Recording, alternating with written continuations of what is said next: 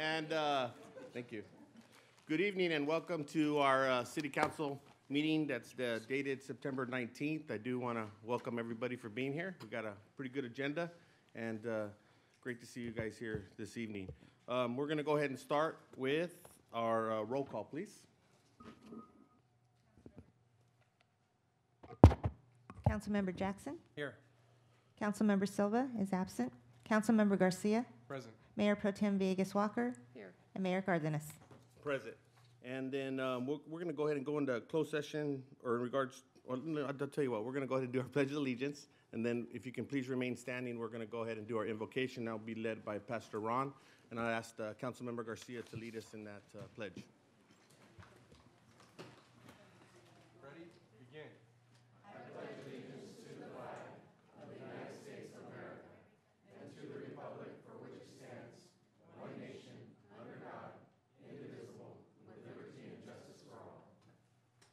Remain standing for our invocation by Pastor Ron Griffin.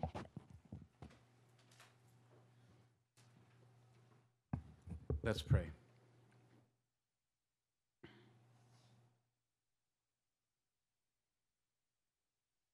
Gracious, awesome, wonderful God, I ask your blessing on our city council and on those who share the challenges and tasks of leadership here in this valley. Embolden and commission these men and women who work for the prosperity of all who live here. Bless them, challenge them, inspire them, encourage them. By your Spirit, never let them confuse prosperity with the exploitation of or the disdain for the most vulnerable in our community. Let their planning and decision-making, let our planning and decision-making be done in a spirit of love that is actively at work for the good of all, a love that truly prospers. And these things we pray in your holy name, and together we say, Amen. Thank you, Pastor Ron. Okay, at this point, I'll go ahead and have our city attorney report out on closed session today. There's no reportable actions, Mr. Mayor. Thank you so much. We're going to go ahead and move into our agenda. And before we move into our agenda, I'm going to ask our city clerk to go ahead and read some very important information regarding public comment. This is a public hearing. If there's an item on the agenda on which you wish to be heard, you're asked to complete a blue speaker slip and submit it to the city clerk. Persons wishing to address the council, successor agency to the redevelopment agency, and successor housing agency are not required to identify themselves. However, this information assists the mayor by ensuring that all persons wishing to address the council are recognized, and also assists the city clerk in preparing the city council meeting minutes. When the item is announced and your name is called, please step to the podium and state your name for the record.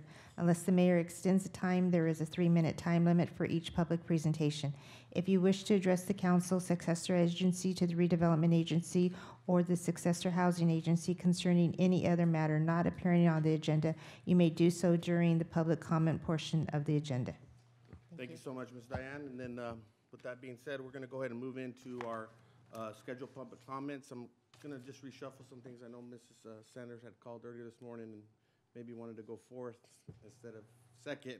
So I'm going to go ahead and bring up Pastor Ron first. And Pastor, sorry? Cleanup hitter. So we have Reverend Ron Griffin here in regards to the United Nations International Day of Peace. Yes, sir. Yes, council members and members of the community. In 1981, the United Nations passed a resolution calling for an International Day of Peace. And, given how things are going in the world and in our own country, I think this is an important time to consider that and to act in ways that are peacemaking. Well, our Interfaith Council of the Imperial Valley got together, and we decided, and some of our members are here tonight representing the council. We're going to hold an event this coming Saturday. We're going to claim that as it's not the same day as some of the other cities and so forth that are having this Day of Peace. But we're going to hold it at Buckland Park from 5 to 7 in the evening. We're going to have some music and some members of the council speaking from their own faith traditions. You know, one of the things about our faith traditions, about religions, world religions, is at their core, all of them talk about the golden rule. That is at the heart of every religion. And that golden rule really speaks to living lives that are compassionate. Now, from my own Christian tradition, the story that informs me the most about compassion is the story of the Good Samaritan. Most of us are familiar with that story where a man is left for dead on the side of the road. He's robbed, and you have a priest and a Levite, members of the ranking members of the community, pass by, and they don't want to help. They don't know how to help. And then a Samaritan, who's actually an enemy of the Jews, stops to help. And the message to me that is important is the priest and the Levite were asking the question, well, what's going to happen to me if I help this person? The Samaritan changed that and said, what's going to happen to that person if I don't stop and help him? Compassion literally is a compound word. It means to suffer with.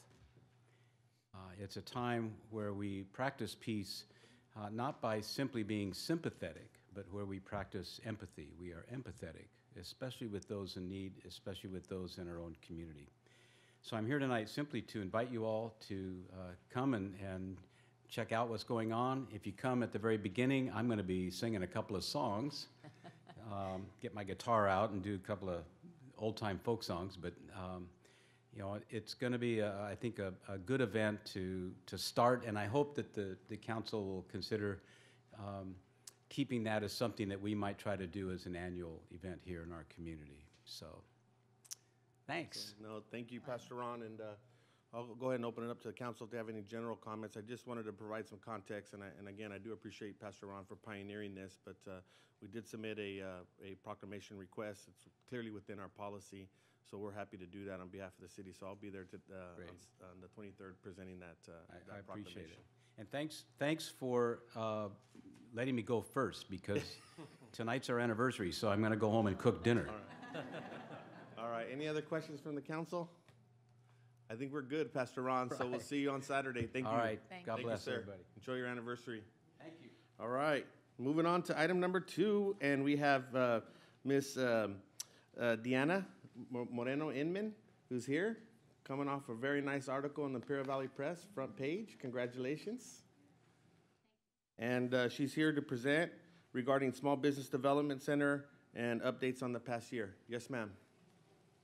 Thank you for having me, and thank you for giving me the time to come in and give you a little bit of an update. I am very happy to come and introduce myself officially as your new director of the Imperial Valley Small Business Development Center, and also to thank you for being one of the strongest supporters of this new chapter in the SBDC's life. The Imperial Regional Alliance picked this up last year and was able to gather enough funding to convince the SBA to continue the funding for us here in Imperial Valley. And I believe you have in front of me a sheet that provides some numbers that indicate the performance by each of the centers inside of the San Diego and Imperial network. If you notice, there are 3 centers in that network. There's North San Diego, South San Diego, and Imperial Valley. So when IVEDC, Imperial Valley Economic Development Corporation, led by, which has the IRA, Imperial Regional Alliance, as its nonprofit arm, when they took this over, if you notice, within this fiscal year, this calendar year actually, they were able to take the goals that were given to them by the SBA and not only meet them, but exceed them. And if you notice, the North San Diego and South San Diego centers still haven't met their goals. And especially with the capital infusion section where this Imperial Valley SBDC helped small businesses to be able to gather some money for their businesses, we're almost at 200% of our goal. So with the cash match that the city of El Centro provided for this program, and I'm not going to take any credit for it because I've been there for only 2 months, but they did an incredible job of proving that the need is here in the Imperial Valley. So now it's my job to come back every once in a while and give you reports like this.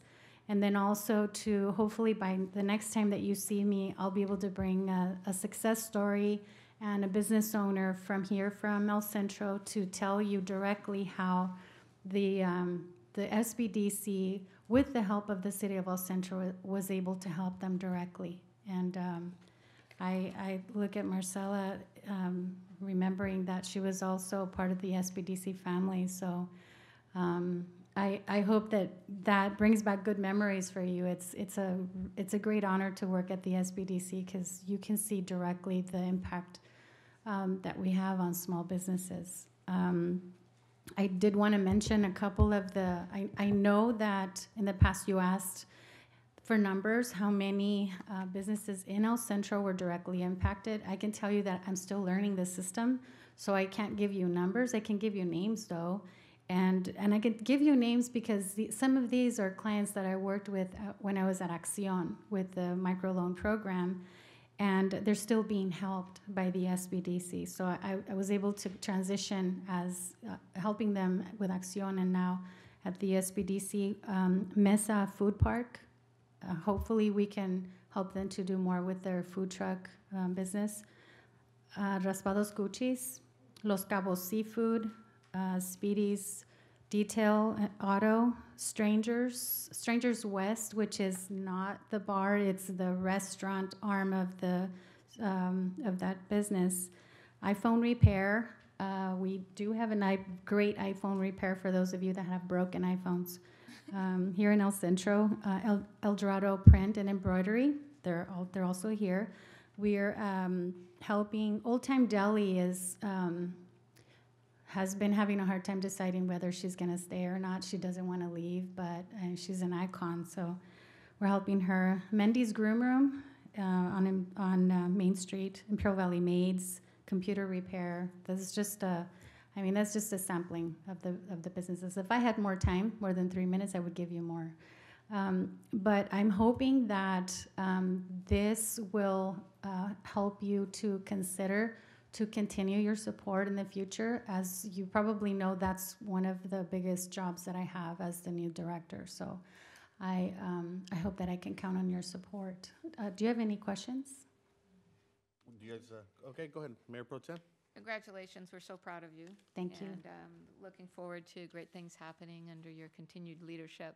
Who are some of the commercial partners that have really provided some support to your program? I can tell you that the Community Valley Bank is a supporter, and Rabobank, Oasis. I haven't met the people from the organization, but they're also they're very supportive. Eric Freeman, through his organization, is a supporter. Excellent. And then the city of El Centro, and the city of Brawley, the city of Hopeville. Great, thank you. Excellent. You're welcome. Any other comments from council? Just congratulations, and I think there's always, I don't think there's ever been a question that there is a need for SBDC here in the Imperial Valley. And as a small business owner myself, I'm very happy that it's still here and that it's helping other small businesses get on their feet and hopefully make them successful, hopefully here in El Centro. So thank you. Thank you, Mr. Jackson. I'm kind of sad that Mr. Silva isn't here today. We've already started conversations about extending some of the SBDC services over at Imperial Valley College through the Career and Technical Training section of IVC. So I'll be meeting with him Friday to talk about that, and then the next time I come back in, I'll have some good news for you. Well, if there's no other comments from the council, again, I do want to just say congratulations and thank you for being here and coming to the city council. Stay close, and Thank you're you. welcome anytime. And we look forward for you coming back and just kind of keeping us posted. But again, great work, great experience, great job with your previous assignment with Acción. So very excited about this. So, and our community is as well. So thank you. Thank you very much. Okay, thank you so much. All right, moving down, we're gonna go ahead and bring Ms. Carrillo up. And Ms. Susie Carrillo, she has some graffiti on rental property comments she wants to share. Yes, good evening. Thank you for having me. I believe you have some copies there of pictures of the graffiti. And I decided to come before you because I saw that my rental property was featured on the front page of the Ivy Press, not in a positive manner, but because it was full of graffiti. It is at the corner by Wilson Junior High and the high school. And of course, we've had, lots of problems with the graffiti around there. And I know it's a big issue around the city and everywhere, actually. So what we did is, I want to thank Norma Villacaña because she provided a courtesy call before I went, I was reported to the enforcement code to get rid of the graffiti. So she did offer that Sherwin-Williams provides a discount on the paint, so I was able to purchase it there. It wasn't cheap because I have a brick house, so you can't paint it white that the city offers, and you can't just paint it any color, so it was a little expensive. But I did have my stepson and his friend, as you see in the pictures there, painted, and that was back in August. So it's actually been about a month, knock on wood, that it's still clean. It is a big problem. I know that Alfredo, when he worked here, he would take the paint that I had left over and they would go out there and paint it, which I think is a great collaboration with the city and the property owners. And, I would hope that they continue that. I did talk to Norma and she said that they did offer to do the same thing. So I will be providing the 5-gallon can of paint to do that. But, it is a big issue. We've had it painted and then they tag it again and they paint it, and it's, you can put up cameras, you can put everything else, but, it's very costly to the, property owners or the residential people. So, I hope that working with the city that maybe we can come up with some solutions, maybe have workshop of some sort or something of how we can go about it and rid of it. Because, it's cheaper for residents versus a commercial building, but, still, it's still, out of pocket, money that we have to, put forth. So, but I do thank, Norma and her staff, and I believe Mike Reed will be taking the paint and, just cruising by and see if they tag it. So, but, there's a lot of, options out there, but they're costly. So I do, thank the city for, allowing, us to work together to actually, before you get, told you got to do it. So, but it is right now, so far, it's, clean. So hopefully it'll stay that way. So, but I just wanted to acknowledge the city staff and then also say that we are putting forth an effort to clean it up. I want to, before I ask council to chime in, I do want to piggyback on that, and I actually want to thank Councilmember Jackson, Mayor Pro Tem Villegas Walker, because we have pioneered a new graffiti ordinance that allows us to exercise some of the civil avenues, and so we are taking a very aggressive stance. Our Community Enhancement Task Force, this is something that we take give it a lot of priority, and there's already infrastructure there to address that. So I do want to acknowledge both of these individuals, our Councilmember Jackson, Mayor Pro Tem. We are being very, very aggressive. And also, if I may, just piggyback on the support that we have from staff. And I know that we have maybe limited to a certain amount of colors of in terms of covering up the graffiti, but if you provide the paint, we'll provide the labor.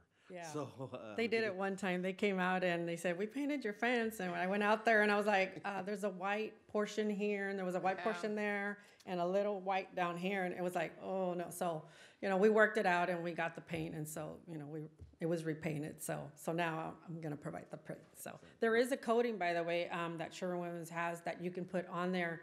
And it says that once it dries, that you can actually jet spray it if they graffiti it, and that it actually, just, runs down. So I bought that. We haven't done it yet, so we will try that and see. And that was not cheap. So, but anyways, but I thank you. Quickly open it up to comments. Any other comments from the council or Councilmember Jackson? Yeah, I just thank you for being a responsible homeowner. I think that, we have to work as a city.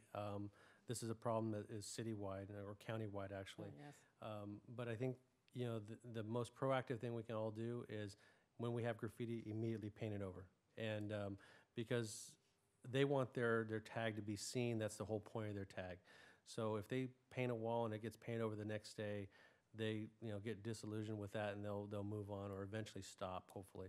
So thank you very much for being proactive and being a good citizen here in the city of El Centro and getting that painted over and working with our city staff, because I think, as our mayor said, we've been working on really tightening up our ordinances so that we can go after homeowners and parents civilly if their children are doing this tagging. So we are going to really clamp down on this, and we're going to try to do the best we can to get a hold of this, because it is really an epidemic in our city right now.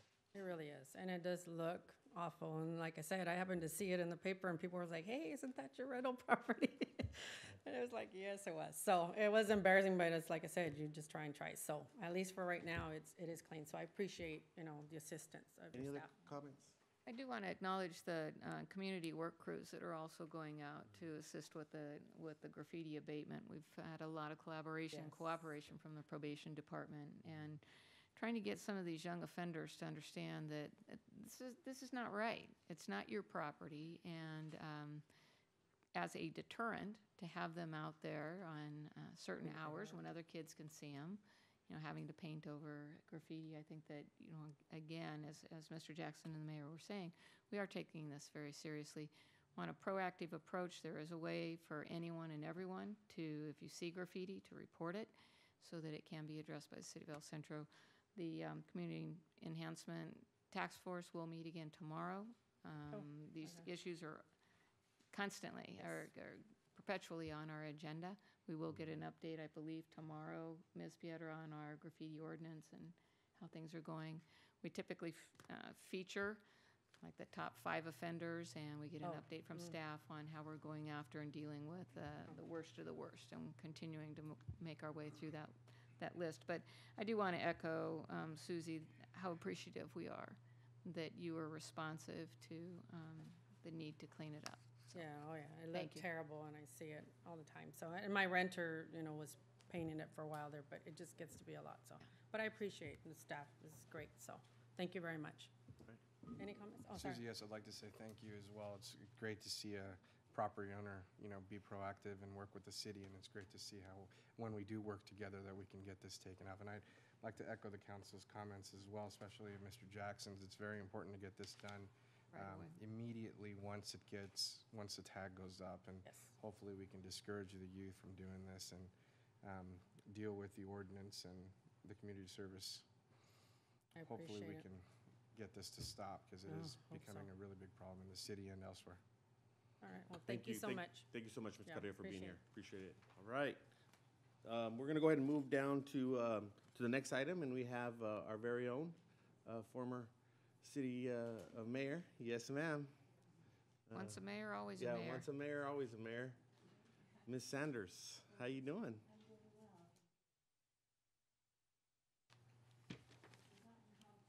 In here. Good evening to you all, and I thank you so much for, Mr. Mayor, for allowing me this opportunity to speak to you and to my colleagues, former colleagues. As your agenda packet noted, I'm here to ask for placing some memorabilia into the library. But I'm not doing it without asking and wanting to provide an incentive. I'm willing and prepared to donate $2,000 for this effort. And I want to give you an explanation as to why I think this is important, not only for me personally and professionally, but also for the community. When I was just a youngster, I was taken to the library many times over by my mother when the library was located on State Street. After the 2010 earthquake, it was upsetting to me personally that we had to abandon that building because we could do nothing to replace it. I was a part of a group, as you well know, that helped pull together the individuals that were going to be looking at how we should actually establish a new library and what that new state-of-the-art facility would look like. And because of that, I believe that this council is truly interested and a facility that will provide a state-of-the-art opportunity and a great learning experience, not only for the people of El Centro, but also for individuals of the county. And in learning, we not only learn about the future, we learn about the present and the past. I was taught as a child that a book could take me anywhere I wanted to go. I could learn about a group of people that I may never see, learn about a country that I may not ever be able to visit, and learn about individuals that have made an impression and an indelible imprint in the community. Now that sounds a little self-serving, and quite frankly it is. So I'm not ashamed of my being here to ask for this, but at the same time I'm willing to put my money where my mouth is and to tell you that I think this is something that I hope the council will embrace. Now, I didn't bring the $2,000 tonight, but I'm equally prepared to present it to you when you say to me that you're willing to embrace this idea. So if you think that this is the right venue for me to stand before you to make this offer, or should I go to the library board, or should I go to your community service committee, or what would be the best avenue for me to make this presentation? Before you answer, Mr. Mayor, may I just go a little step further? You may recall I spoke to you maybe a month ago about this idea. I spoke to your staff, and I was trying to wait for the most appropriate time to make this presentation. Last month, the beginning of this month, I thought because it was after the Labor Day holiday that it would be a little bit too soon and you had a standing room only crowd. I picked this day, and it appears as though you have a large crowd, but nonetheless, I still believe the effort and the energy and the purpose of my visit warrants at least some consideration on your part. Now, if I may answer any questions, I'd be happy to do so. I'm gonna be a little selfish, but I think this would be the right venue, but I do want to double check with my colleagues that make sure that you guys would be in agreement that this would be the appropriate venue to maybe consider a $2,000 donation on behalf of Mr. and Mrs. Sanders. Is that right, Mr. Sanders? Are you in agreement with this donation as well? You did, Okay. that's not his.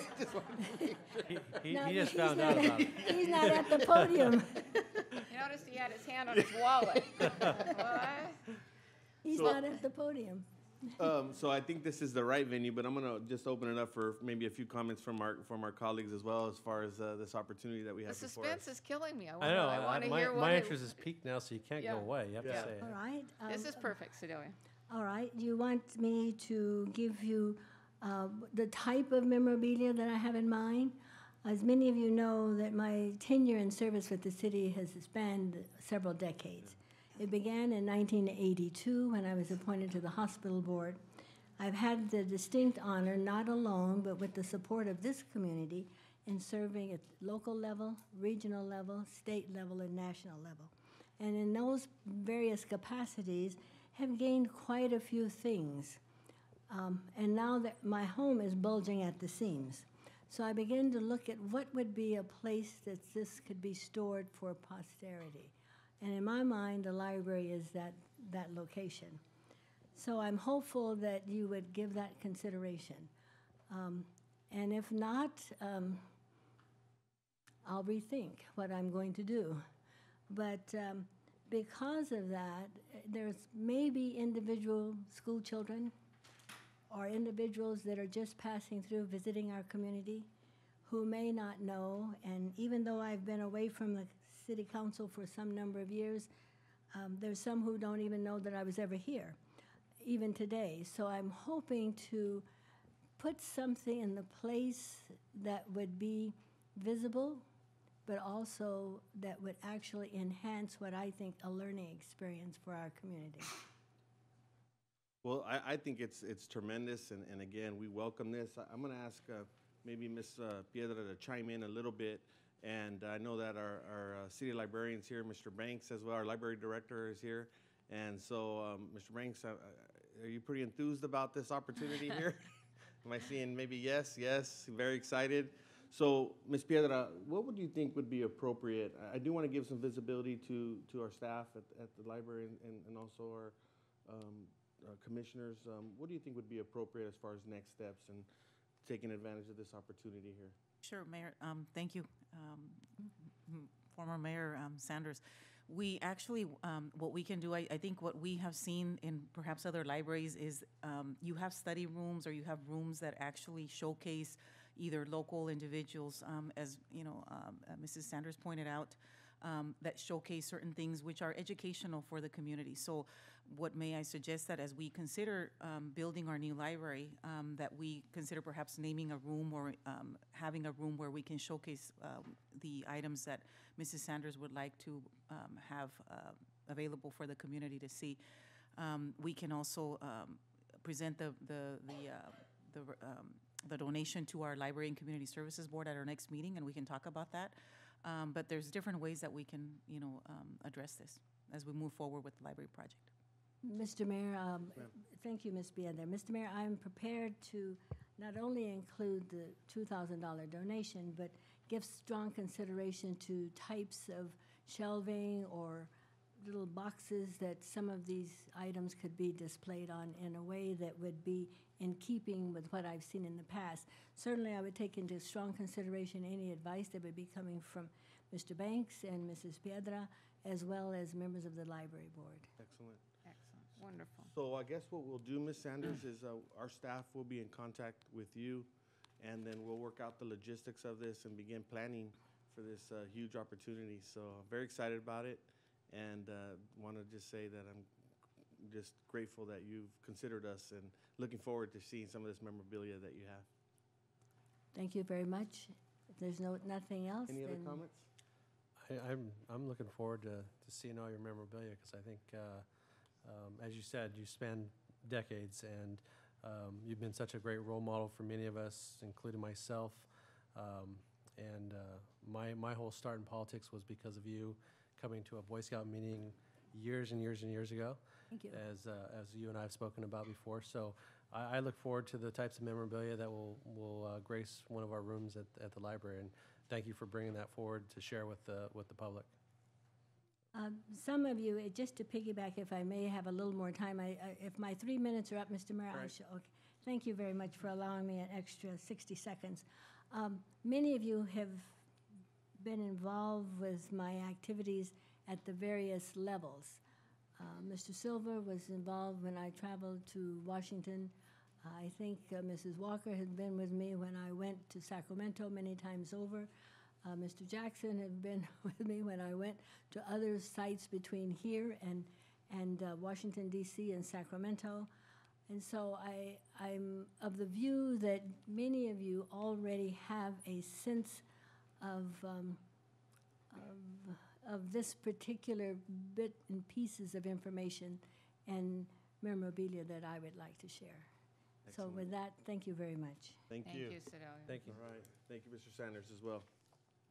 Okay. We're going to go ahead and move down to our consent item, and we do have on the consent, we have items 5 through 18. I do have a request. I am going to be pulling one item myself. Is there any other items that council wants to consider pulling?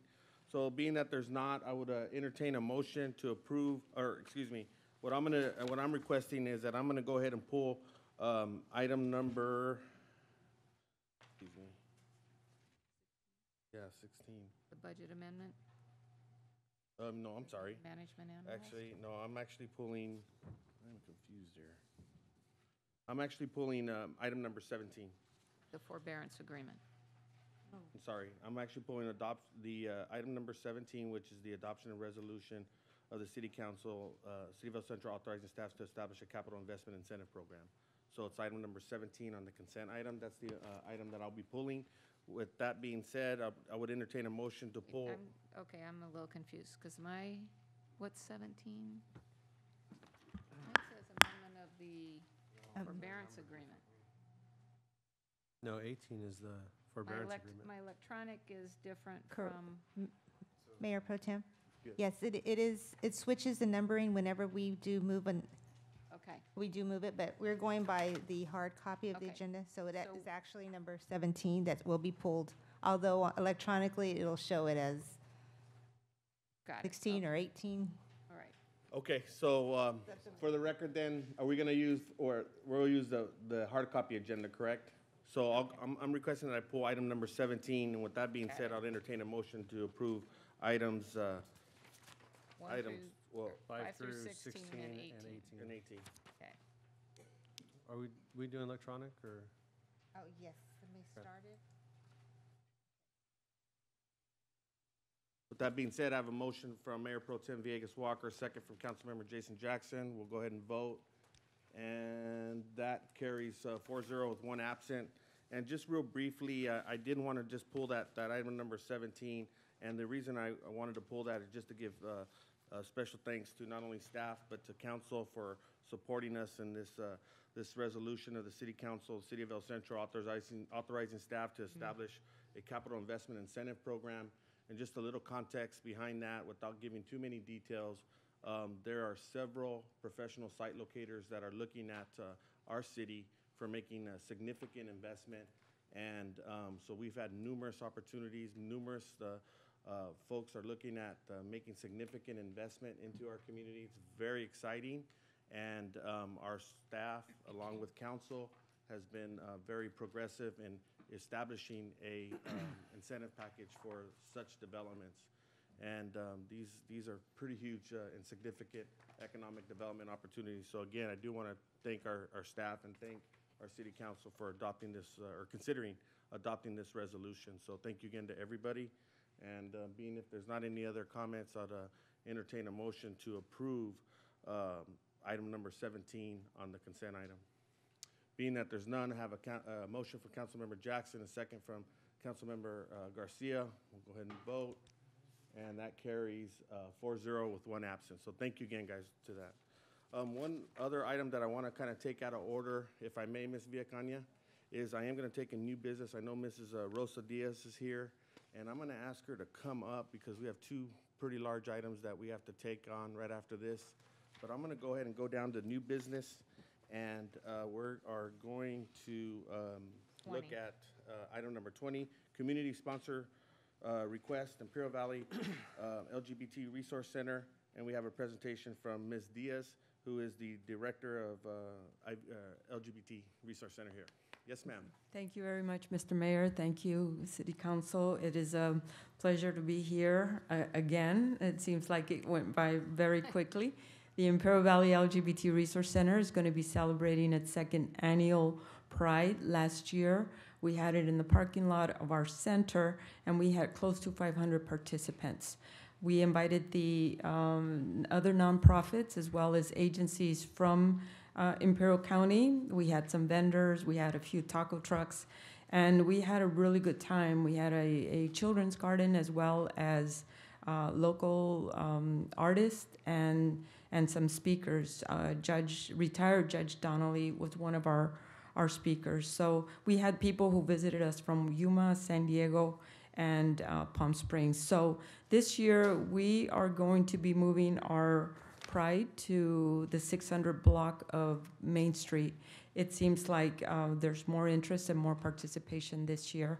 And so the Imperial Valley Resource Center has been working hard to make this a community event where we bring the conservative community with lesbian, gay, bisexual, transgender folk who are part of this county to come together and have a celebration. And the celebration is basically to celebrate diversity. And we did ask of the council for a donation last year, and I want to thank you for that, as we are asking again this year. The event is also a time to bring in some money.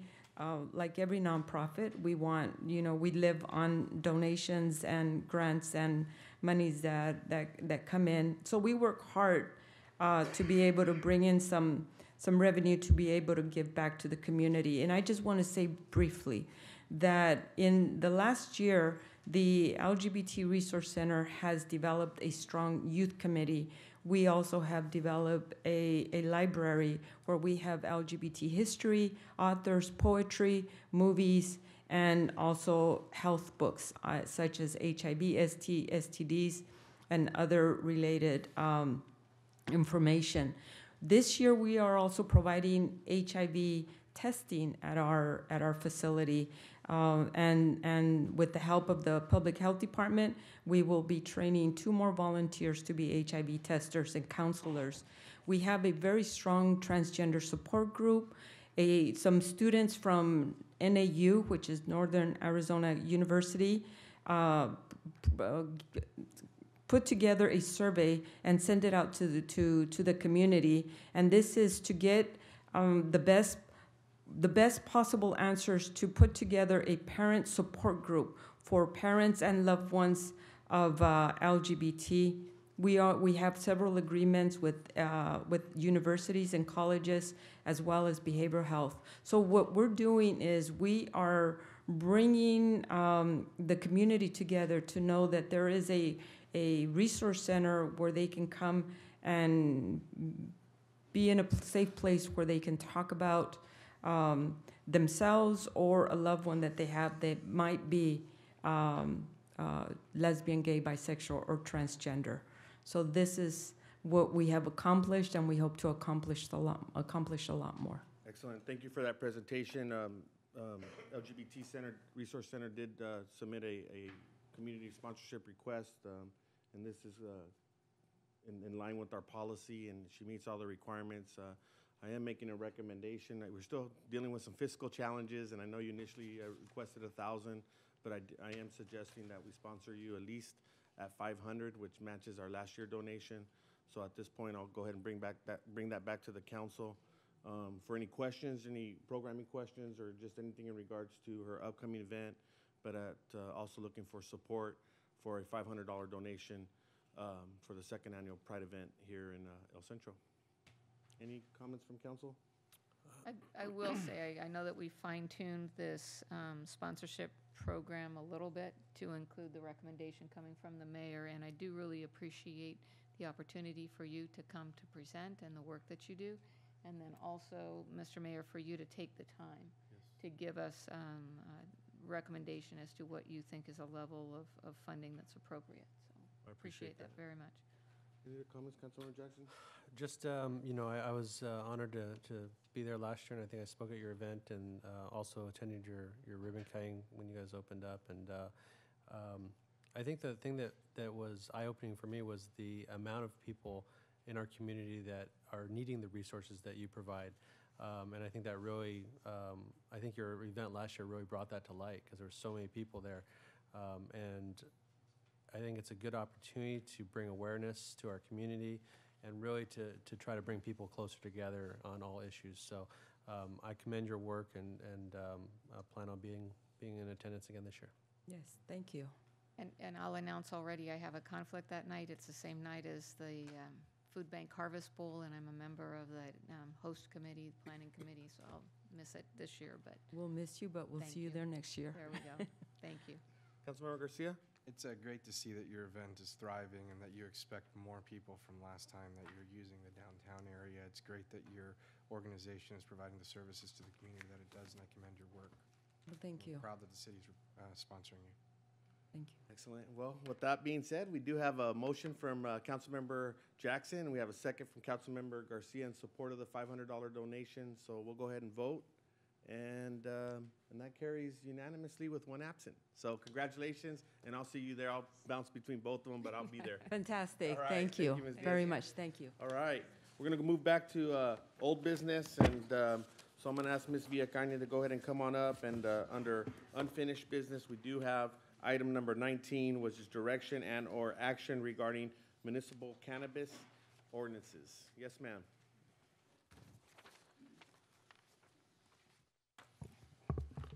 Thank you. Good evening, Mayor and honorable members of the council. Excuse me. This is an item that we've all have been working for quite some time. It's been before the council several times. At our last meeting, not our last meeting, our last meeting before the summer break, staff received direction to go ahead and prepare an ordinance regulating the medicinal retail sales of cannabis.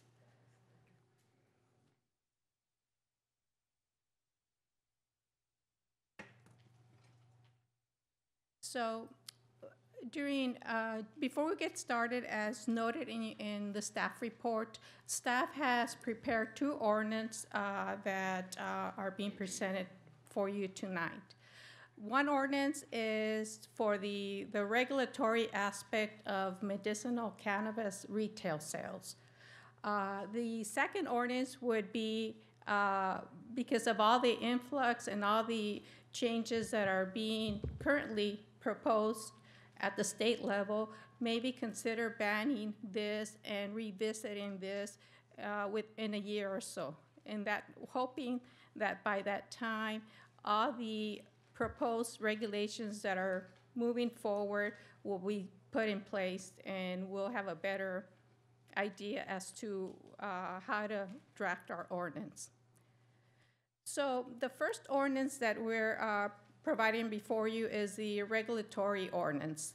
And the regulatory ordinance basically will prohibit all commercial cannabis activities except the medicinal cannabis retail sales facilities. As we did with the last ordinance back in 2011, if you recall, we're going to require a conditional use permit.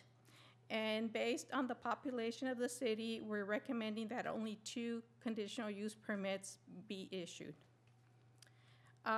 There's also requirements, criteria that's within the ordinance that addresses the distance requirements between schools, parks, and the retail facilities, residential zones too. In addition, we will require that like any other type of business, medicinal cannabis facilities will require a business license and, of course, a state license, which the state will start issuing in January of next year. And also, there's going to be requirements for security measures, and hours of operations have been designated as 7 a.m. to 7 p.m. on weekdays and 8 p.m. to 5 p.m. Saturday and Sunday. And of course, each facility will be subject to city inspections and fees. Now, in looking at the areas where these type of facilities would be best located, because of all the distance requirements, and we went ahead and looked at our zoning map and determined that the best areas would be the general commercial, heavy commercial, and light manufacturing zones. And those are the red, kind of brown areas of the map, and also the purple, light purple areas, which are kind of hard to see. And if you take into account that we would only be issuing 2 permits, and all the distance restrictions for public facilities and schools and so forth, the areas would be fairly limited. So this is why it was determined that we would rather open it up within all the general commercial, heavy commercial, and light manufacturing. Whereas if you recall, the last ordinance basically had 4 areas, 2 along Imperial Avenue and 2 along 4th Street. Now, there's still some issues that need to be determined, and that's how, if you decide to go with the regulatory ordinance, we need to figure out how those 2 facility permits would be allocated. There's a couple of options that staff is exploring. One would be to have a lottery. If we get more than 2 qualified applications, we would have a lottery very similar to our fireworks ordinance. The other option would be to issue a request for qualifications, in which applications would be required to provide information as to how their facility would benefit the community. So those are the 2 options that we're exploring, and depending on the direction you give us tonight, we would move forward with one of those options. Watching novelas. The second ordinance being presented before tonight is just to ban any kind of commercial cannabis and also medicinal cannabis retail facilities until December 31, 2018. To allow, of course, you know, like I mentioned before, to allow all the pending regulations to be implemented and all the agencies that are involved at the state level to come up with some kind of regulatory framework, because as we speak, that's happening right now. So we really don't have much to follow.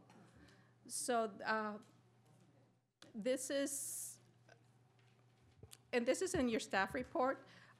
Some of the issues associated that the reason we're recommending maybe just to hold off for a year and revisit this item in a year is that there's certain proposals that are being proposed at the state level that would change and that would have implications to our ordinance. So what we would have to do is come back before you and maybe revise the ordinance, or if any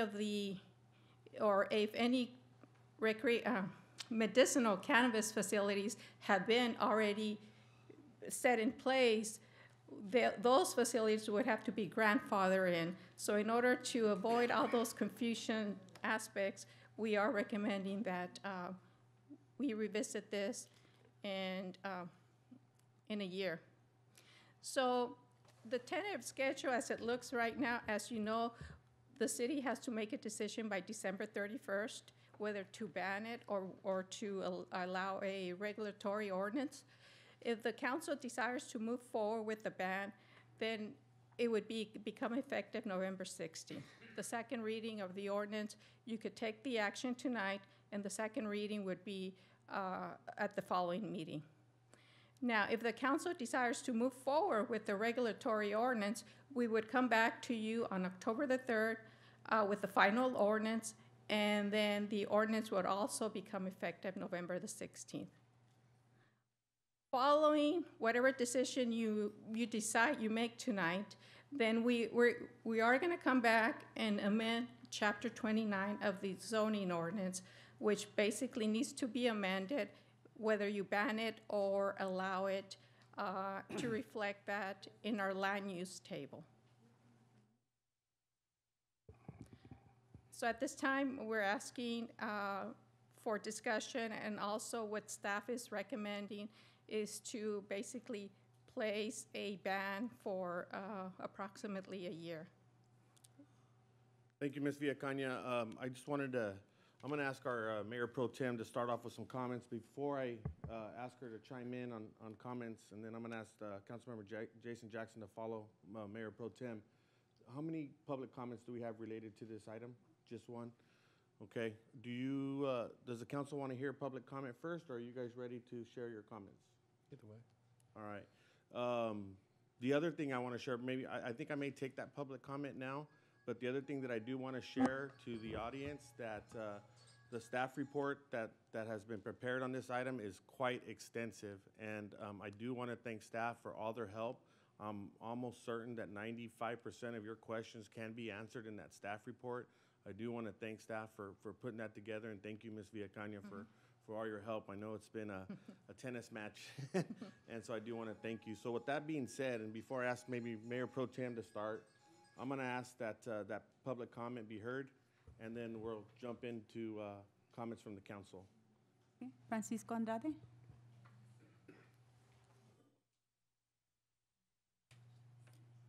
Sorry, pardon. Honorable Mayor, Honorable Council, it's me again, Francisco Andrade. I'm respecting that we have to wait a whole year for what we implement it, so we get more further information about what's going to happen with Sacramento. But I do want to mention that I'm eager for the micro businesses, because it would establish myself to help support my family more. And if you ban any type of commercial industry regarding cannabis, it will be a hardship for our livelihood regarding all aspects of the permit. because if it is, people have said if it's watered down currency revenue coming in, that means that everyone will get a piece of it from all aspects, from the employee, all the way from the employer, from taxes to city revenue and so forth. But with that said, I just would like to say thank you for all of us for putting, some thought into this, because we've been waiting a long time for this opportunity to get in this industry. And there's more to say, but I just have to cut it short. But yes, I am here for you to influence my council to see if we get the micro businesses so we can all establish some type of permit and go forward with this. And thank you. And I brought my plan just to make more of an impression. Thank you. All right, sir. Thank you very much. No other comments in relation to this item? I'm going to bring this back to the council. Ask Mayor Pro Tem to maybe start off and just any comments. Appreciate it, and I'll look to Ms. Piedra to follow up if I happen to miss anything. We were both in Sacramento last week and had the opportunity to attend the latest and greatest update on Proposition 64. And these are the things that I heard coming out from that presentation at the League of California Cities annual conference. Number one is that there remains a great deal of uncertainty with regard to the regulations that remain pending and will not be released by the state of California until November. The other thing is, the second point that I heard was that the grant funding that's tied to the allowing for the cultivation and commercial operations is very unstable. The criteria for distribution has not been established. The amount of the funding remains uncertain. The number of years that funding, the grant funding, would be available. None of that has been established yet. So a great deal of uncertainty in that realm. They also said that those cities that elect to adopt a moratorium, the state will consider that to be the equivalent of no ordinance being in place, and the state would be allowed to step in and tell you what to do. And so that to me is something that we don't want to have happen.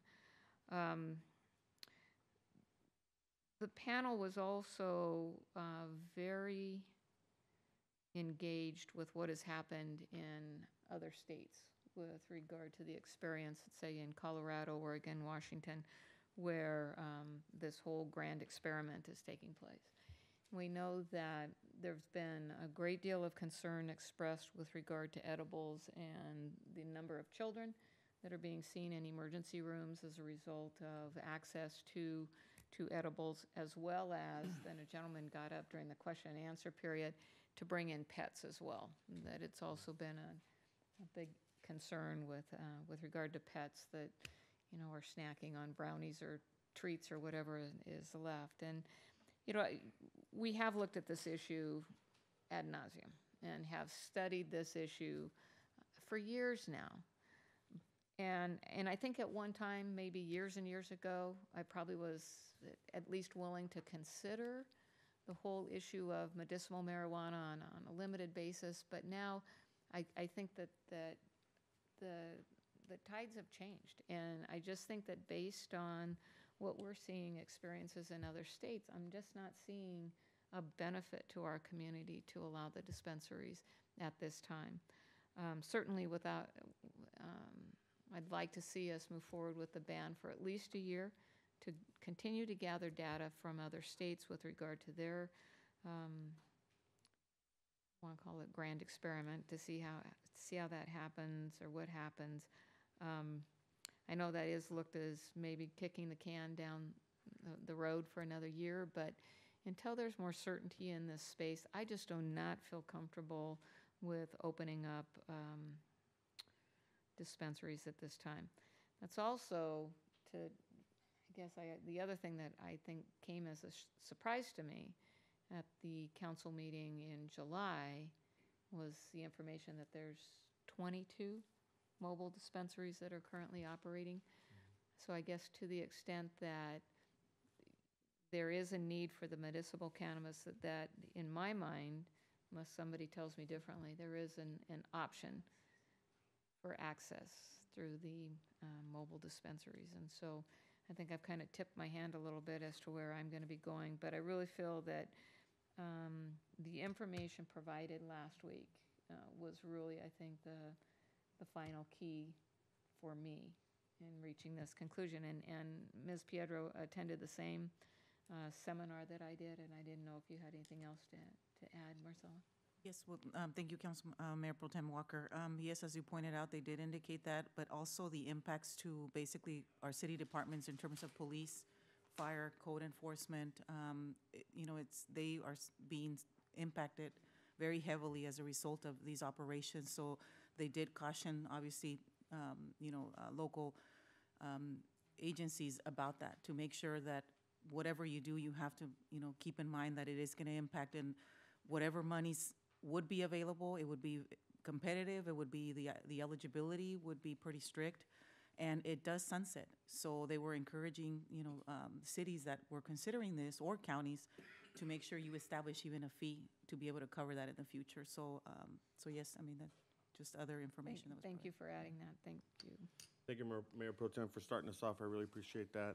Councilmember Jackson? Yeah, thank you, Mr. Mayor. I don't think it's been any secret my stance on this issue. I've been against it throughout the discussion, and a lot of the reasons I've been against it is actually what our pro tem just stated.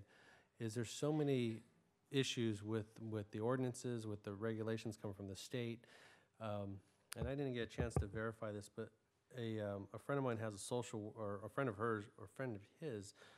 She is a social worker in Colorado, and I was told today that they've seen a 70% increase in marijuana use with high school students in Colorado since the legalization of marijuana.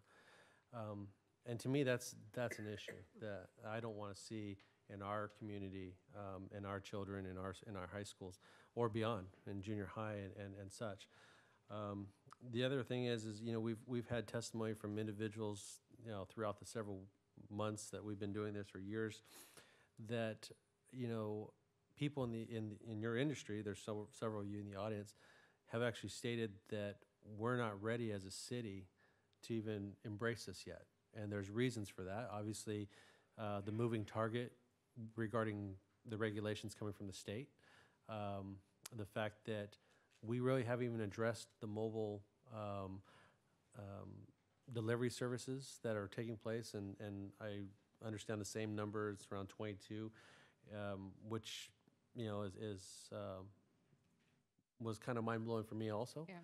But I've always said that there is a need on the medicinal side, and the argument that if we do not allow storefront facilities in El Centro, somehow that's going to reduce the ability for people that need it on the medicinal side. I don't believe that's true if there's 22 delivery services out there, as well as the ability for people that need it for medicinal use to get it elsewhere, whether that be in Coachella Valley or San Diego or whatever the case may be. So individuals that need it for medicinal purposes, that's fine. As far as a storefront facility, I don't think that the city of El Centro needs it. I don't think it would be good for our citizens, good for our business community. I do a lot of work in the Coachella Valley, and I've seen some of the storefront facilities in the Coachella Valley, Palm Springs, Cathedral City. And for people to say it doesn't draw a certain type of individual to be around those facilities, I can tell you is not true. I've seen it myself. Every single facility in the Palm Springs, Cathedral City area have 24-hour armed security, and there's a reason for that, because it draws a certain kind of element. You're talking about businesses that do business in a cash-only manner. Large sums of cash are stored in these facilities. People that are going to these facilities to buy and purchase are carrying cash only. And so there's the opportunity for crime around those facilities. We've seen what has happened with our methadone clinic in the city of El Centro, and that has been a sore spot for many of our business community here in El Centro. I don't see a reason to add to that and to bring in storefronts. I'm definitely in support of doing the one-year ban and allowing the state to finally figure out what they're doing as far as regulations. And when it comes back, then we'll have a better idea of what we want to do from there. So those are my comments. Thank you, Councilmember Jackson. Councilmember Garcia? When we originally approached this issue, I was in favor of looking at an ordinance to allow medicinal marijuana in terms of a dispensary or storefront. The uncertainty in Sacramento is extremely troubling. I don't know where this proposition is going to end up. There's numerous issues with the bill. A lot of people are going to be addressing them with trailer bills, so it is hitting a moving target. Based off of the uncertainty in Sacramento, my concerns are still there. My concerns to keep local control are definitely still there. I am very concerned with the fact that we have 22 unregulated mobile dispensaries operating in the city. And I feel that a storefront would put those out of business, but at the same time, we can't just allow something without knowing how California is going to be dealing with it. And I don't want to be put in a position where we're force-fed regulations and they essentially write the show and tell us what we have to do. Again, a moratorium is going to be ineffective. So at this point, I have to change my opinion in terms of having a dispensary in the city limits because of the fact that I don't know what Sacramento is going to do. And frankly, I don't want to be put in a position where our city is forced to do something that we don't want to do. So at this point, I would have to agree with my colleagues.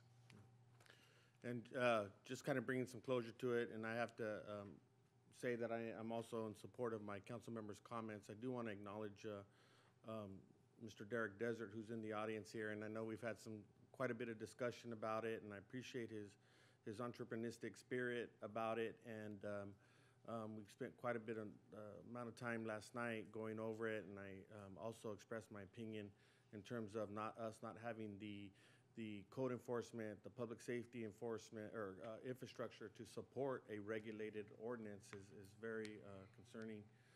In addition, I had a pretty extensive conversation with Dr. Adolph Edwards, who's the CEO of our hospital, and basically saying we have some challenges in maybe addressing these types of patients. And so, all around, I just really believe that we have some major challenges. I did believe I put staff maybe in a difficult spot because I did ask them for a recommendation, and their recommendation is to ban this at this time. So I just wanted clarity on that. So this would have a sunset. The ban would have a sunset. And so I'm assuming, and I'll ask our council to think about this because we have an option right now to look at the way I understand it is the proposed ban ordinance is ready for us today. So we can move forward with a vote on it and a second reading at our next meeting. So before I ask you guys maybe to consider that, I do want to share that, again, I do appreciate the fact that you guys did do that, but in regards to the sunset, if we were to do a first reading on that today, when would the sunset terminate, or when would that sunset take effect? It would be December 31st, 2018. Okay. So maybe during the summer months or right after, we would come back to you. Hopefully, things will be in place by the summer of next year. And we would have a better idea as to what we're looking at. And we would come before the council to ask for direction whether we should move forward at this time with the information that we have in place, or should we continue to ban it? As long as you make a decision prior to December 31st, I think you would be okay. And I'm looking at the city attorney for.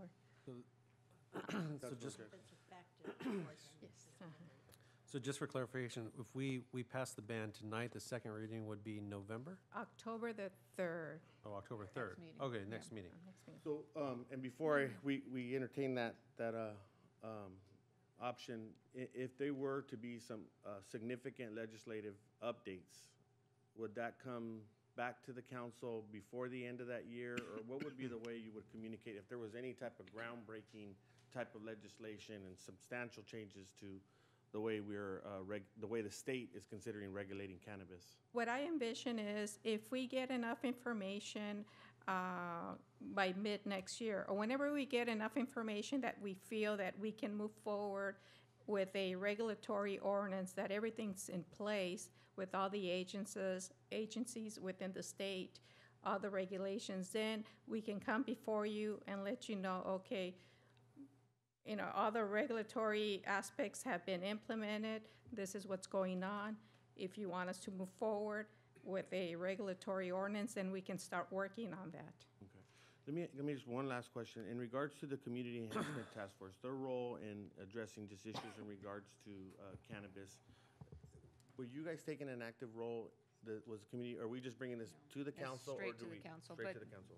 You know, I think that as, you know, The time constraints kind Okay. of like. right, right. Mhm. But, I mean, we have, League of California Cities has embraced this issue as one of its top priorities, and working through the issues and the cleanup, as you were saying, the cleanup legislation. So I know there will continue to be updates that we will share with the council. I also did want to thank Mr. Desert. He was very generous with his time, and appreciate the time that you took. Of course.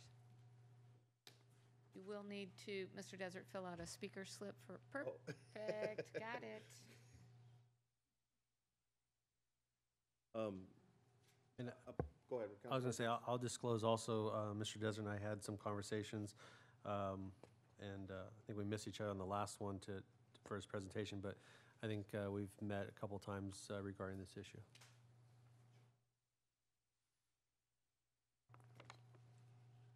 Can I Council? just ask that you introduce yourself, Mr. Desert? Yes.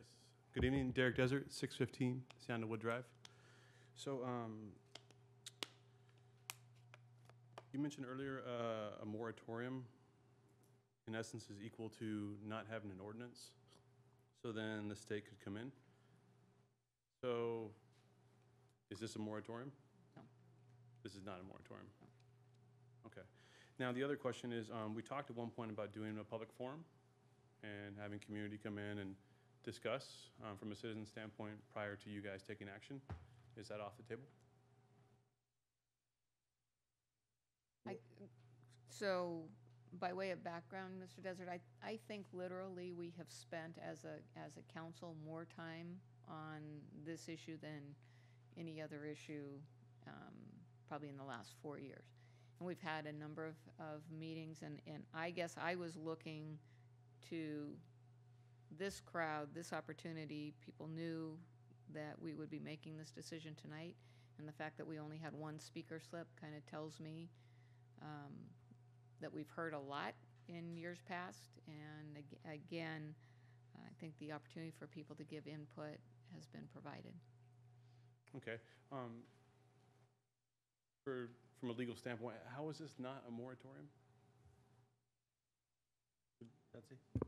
Because this is, a moratorium would put a freeze on it as a temporary land use. This is an ordinance that bans it, and the ordinance terminates at a certain point. There's a legal distinction between the two. We previously had a moratorium for implementation of the ordinance, and had extended it, I want to say, maybe 4 times while we were waiting for the court system to work through some pending litigation. Okay. And in terms of status quo, the 22 mobiles that are unregulated and city gets no fiscal benefit from them, those just continue? There's a requirement in the ordinance that those obtain a city business license. But still no fiscal benefit to the city, correct? Well, the city business license carries a fee and a tax with it. But ongoing residual from sale of product? Since No excise tax, right? no, if it's medicinal, there's no excise tax. If it's adult use, there is. Is having a walk-up dispensary, whether medicinal or recreational, a better way to regulate the industry locally? It's kind of an open question to all council members. If I may try to take a stab at it. Can you restate your question, Mr. Desert? Is having a local walk-up dispensary, whether medicinal or recreational, a better way to regulate the local industry relative to the status quo? And again, I'll try to take a stab at it, and I'll try to substantiate this through the staff report. But I believe the fact that there is still a moving target and emergency legislation that's going to be introduced, in late November, I believe that at this point in time, it would not make it a better situation. I believe some of the two major challenges. One, the infrastructure from a code enforcement and public safety standpoint, and two, the fact that we still have challenges with trailing legislation and how to address the situation regarding the regulatory part of this. So I believe our challenges from a municipality at this point is the regulatory authority and the regulatory infrastructure to support and a medical cannabis type of situation. To Mr. Jackson's point, these facilities are all managed by private security, heavily secured, right? So that's not a city police officer. So I feel like that does help in terms of infrastructure, not pulling on city infrastructure. In addition to that, I've done some metric here that shows with imposing an excise tax based on some assumed gross receipts, that there is good money generated per month from these facilities that can actually staff up the city with additional fire, police, whatever you need.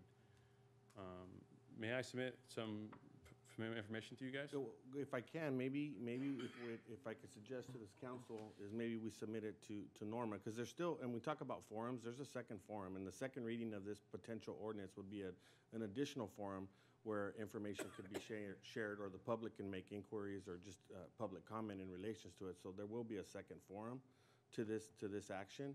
So if I may make a suggestion, is that we forward that to staff. Okay. And that way they have that information and can report back to the council, if that's appropriate. Is that appropriate to send it to staff, Betsy? Yes. Okay. All right. And that's on October 3rd, the Yes, sir. 2nd. That's all I have at this time. All right, thank you, Mr. Desert. Thank you. Thank you. Okay, so at this point, I believe there's a unanimous consensus for us supporting a ban. The item, I guess, that we would need to maybe consider is whether we do this, the first reading now. So could I take a poll on that, or what? I'm seeing. I'm good for the Yeah. first reading. Yeah. Okay, so at this point in time, that ordinance that we have before us regarding the ban is ready to go. So I would entertain a motion regarding ordinance number 1, correct? 1712. 1712, which is, excuse me, Ordinance number 1. hold on, let me make sure I read this right. So we're looking at item number, Norma, is it 1 or 2? yeah, Option 1. okay. In your staff report, I believe it's option. It's option 2 in So, the Right. staff option report. 2. So, you know what, Norma, could I ask maybe that you state I guess what I'm hearing from the council is there's a pretty much unanimous consensus on supporting the ban of cannabis in our community. So could I ask maybe that you read that ordinance, so make sure that I have the right one? As per your staff report, we are recommending that ordinance, option number 1, which is an ordinance of the City Council of the City of El Centro, repealing and replacing Chapter 13, Article 7, Sections 13 through 110 through 13 through 121, ban on medical cannabis dispensaries, to provide for the prohibition of all commercial cannabis activities, both medicinal and non-medicinal, within the city, and adding Chapter 13, Article 9, Section 13-140, to confirm personal use and cultivation as otherwise allowed by law. So at this point in time, I do have a motion from Councilmember Jason Jackson. I have a second from Mayor Pro Tem Villegas Walker. We'll go ahead and vote. And that motion, and that resolution is adopted 4-0 with 1 absent. So thank you very much to staff. Guys, I'm gonna just take a quick 3-minute break, which probably means 5, and then we'll come back and take on the Measure P action item. So just take a quick 3 to 5 minute break. We are back on the record, and so we have now we have item number 21, which I'm looking forward to, which is our Measure P capital projects, and we have a presentation from Ms. Salcido. Yes, good evening, Mayor and Council members. Welcome to the presentation for Measure P capital projects. With regards to Measure P, the timeline is as follows. In November of 2016, Measure P was approved by El Centro residents. Basically, Measure P is an increase in sales tax by half of 1%. This new sales tax became effective on April the 1st of 2017, and the purpose is to address major capital needs. This is very loud. Revenues, with regards to revenues for Measure P, the first advance was received in June 2017 for the month of April, which is when the new sales tax started. The revenues year to date are 950,000, and that corresponds for the first 3 months that this tax has been in effect. Today's presentation, September 19, is basically to discuss the city's various capital needs, all city departments, determine the priority of the capital projects, and then develop a capital expenditure plan that will be based on the priority of those capital projects being presented to you. Based on this priority list, we'll calculate the amount of funds needed. We'll determine the financing options, our bonding capacity, and so on. For that endeavor, we have retained the services of bond counsel Fulbright, Don Hunt as the lead bond counsel, and then the financial advisor, NHA Advisors, was a successful firm, and with a lead being Eric Scriven. At this point in time, I have a long presentation, but I would like to take an opportunity to call Mr. Scriven up, just introduce him to you. He's going to be working very closely with the city as we issue our new bonds, and they will be the new financial advisor for the city. Mr. Eric, a few words. Good evening, Mayor, Mayor Pro Tem, members of the council, staff, and community. I'm ecstatic to be here. It's always nice to be appointed as a new municipal advisor. We're a different kind of municipal advisor in the sense that we do lots of bonds, but we like to get it right, and the bonds are the easy part of the project. It's setting the financing plan so that you set yourself up for success. The plan that Ms. Salcido has just mentioned, where you lay out your priorities and the capital plan and get that right, is everything, and then we'll make the financing fit what the city wants. So my job is to work with your staff to implement precisely what you all and your community desire as far as how Measure P funds are spent, but to do it right and to issue the bonds when they're most appropriately issued. So I've been in the business for about 27 years as a banker and an advisor, and I look forward to helping the city achieve its objectives. Thank you, and thank you for being here, and I appreciate you allowing him to introduce himself, so thank you, Ms. Salcido, as well. So as mentioned, we have assembled, retained our financing team, bond counsel, financial advisor. And in preparation to get ready to issue those bonds, there's a lot of information that needs to be gathered, compiling historical, statistical data, financial forecast, trend, policies, any developments with economic development, quantitative modeling, and so on. Our goal is basically to get all this information and present that information to our rating agencies in an effort to get a good rating, an A, and be able to, by means of that, lower the cost to the city of those bonds. The higher the rating, the better the rating, the less cost for the city. As an example of bonds, and this is not set in stone, this is just for an example. Let's say we issue 60 million in bonds with a rate of 3 to 4%. Now that rate is for illustration purposes because the actual rate will depend on market conditions and other factors, the other factors being the rating assigned to the city. Let's say the term is 30 years, the debt service would be approximately 3 to 3.5 million. With regards to the revenue streams for Measure P, from Measure P, let's say the revenues are $5 million. That's what we're projecting at this point in time. Of course, any fluctuations will depend on the economy and so on, but let's say for now that's $5 million. The estimated debt service, as mentioned, $3.5 million. That means that the difference between those, the excess, the leftover funds would be 1.5 million. That 1.5 million is to be used to absorb any fluctuation in revenues. We call it the cushion. And then mainly it is to absorb any increase in expenditures from these new and improved facilities, increase in operational costs, personnel costs from these bigger facilities.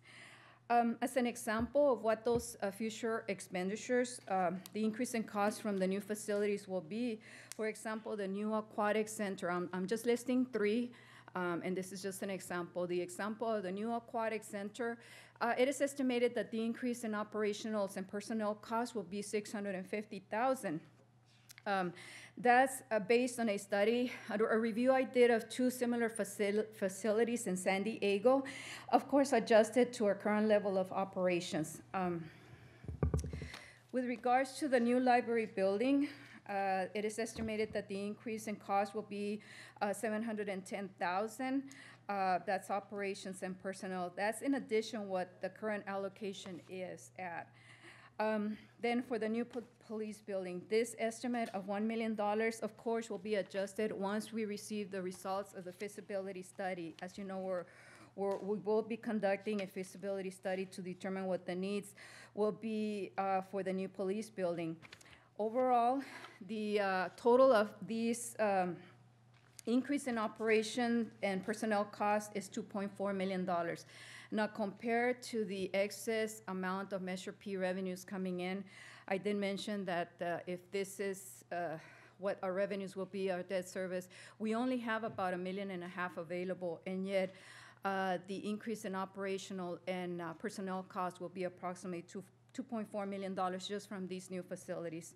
So as you can see, even with this excess funds, we're going to have an allocation for one-time projects, but even with this ongoing expenditures and the excess funds from Measure P, there will be challenges and priorities will have to be established in an effort to allocate those proceeds as best as possible and be able to meet the increase in demands from the increase in operations and personnel cost within the new projects. With regards to one-time capital projects, the needs came from various departments, police, parks, recreation, library, various needs. It totals, and I know this slide says $78.5 million.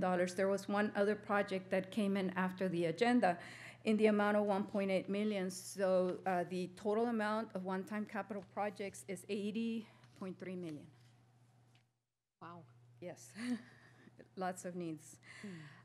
We'll start with police. For example, for police, it is estimated that the amount of funds that will be needed for this one project, the police station, and land, if needed, will be approximately $28 million. Of course, these numbers will be adjusted as we get the results from the new feasibility study, which is pending. With regards to the library building, there is a need for it is estimated that the cost of the new building with land would be $20 million. For the animal shelter, this number, we're estimating $1 million. This is based on the estimate from the Humane Society of the U.S. Shelter Design Document. This is for a 4,000 square foot facility, and of course this number will be adjusted once the feasibility study is completed with regards to the animal shelter.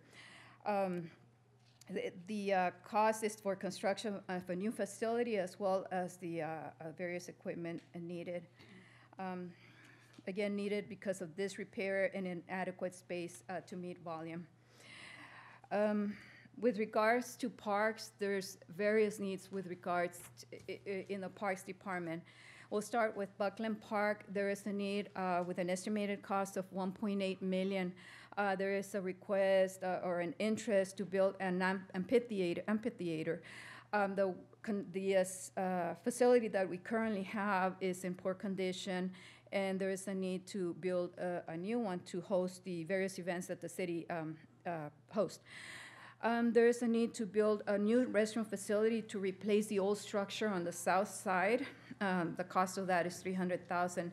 There's a need to improve our parking lots as they have been deemed obsolete. renovate the bridge, within the bridge, the roof, the pathway lighting, railing, and the fence. Also, there is a request to purchase new benches, tables, and trash cans, basically an overhaul to Buckland Park at a cost of approximately $1.8 million. For parks, there is a request for a maintenance shop facility. The current facility is not adequate, it's not functional.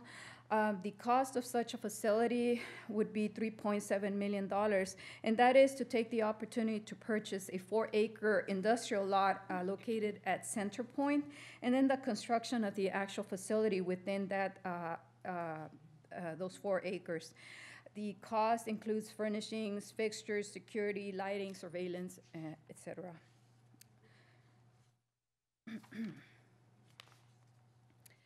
With regards to parks, again, a McGee Park renovation at a cost of $1.2 million, and basically there's 4 items that we want to address within this park. The irrigation system, the lighting system, snack bar, and then the restrooms. Basically rehabilitate, replace, and just make improvements within McGee Park. Planck Park, Phase 2. As you know, we are currently under construction, Phase 1 of Planck Park. There's a request for an additional $600,000 for additional turf area, irrigation, basketball courts, trees, walking path, and drinking fountains. $600,000 for Planck Park. That would be Phase 2.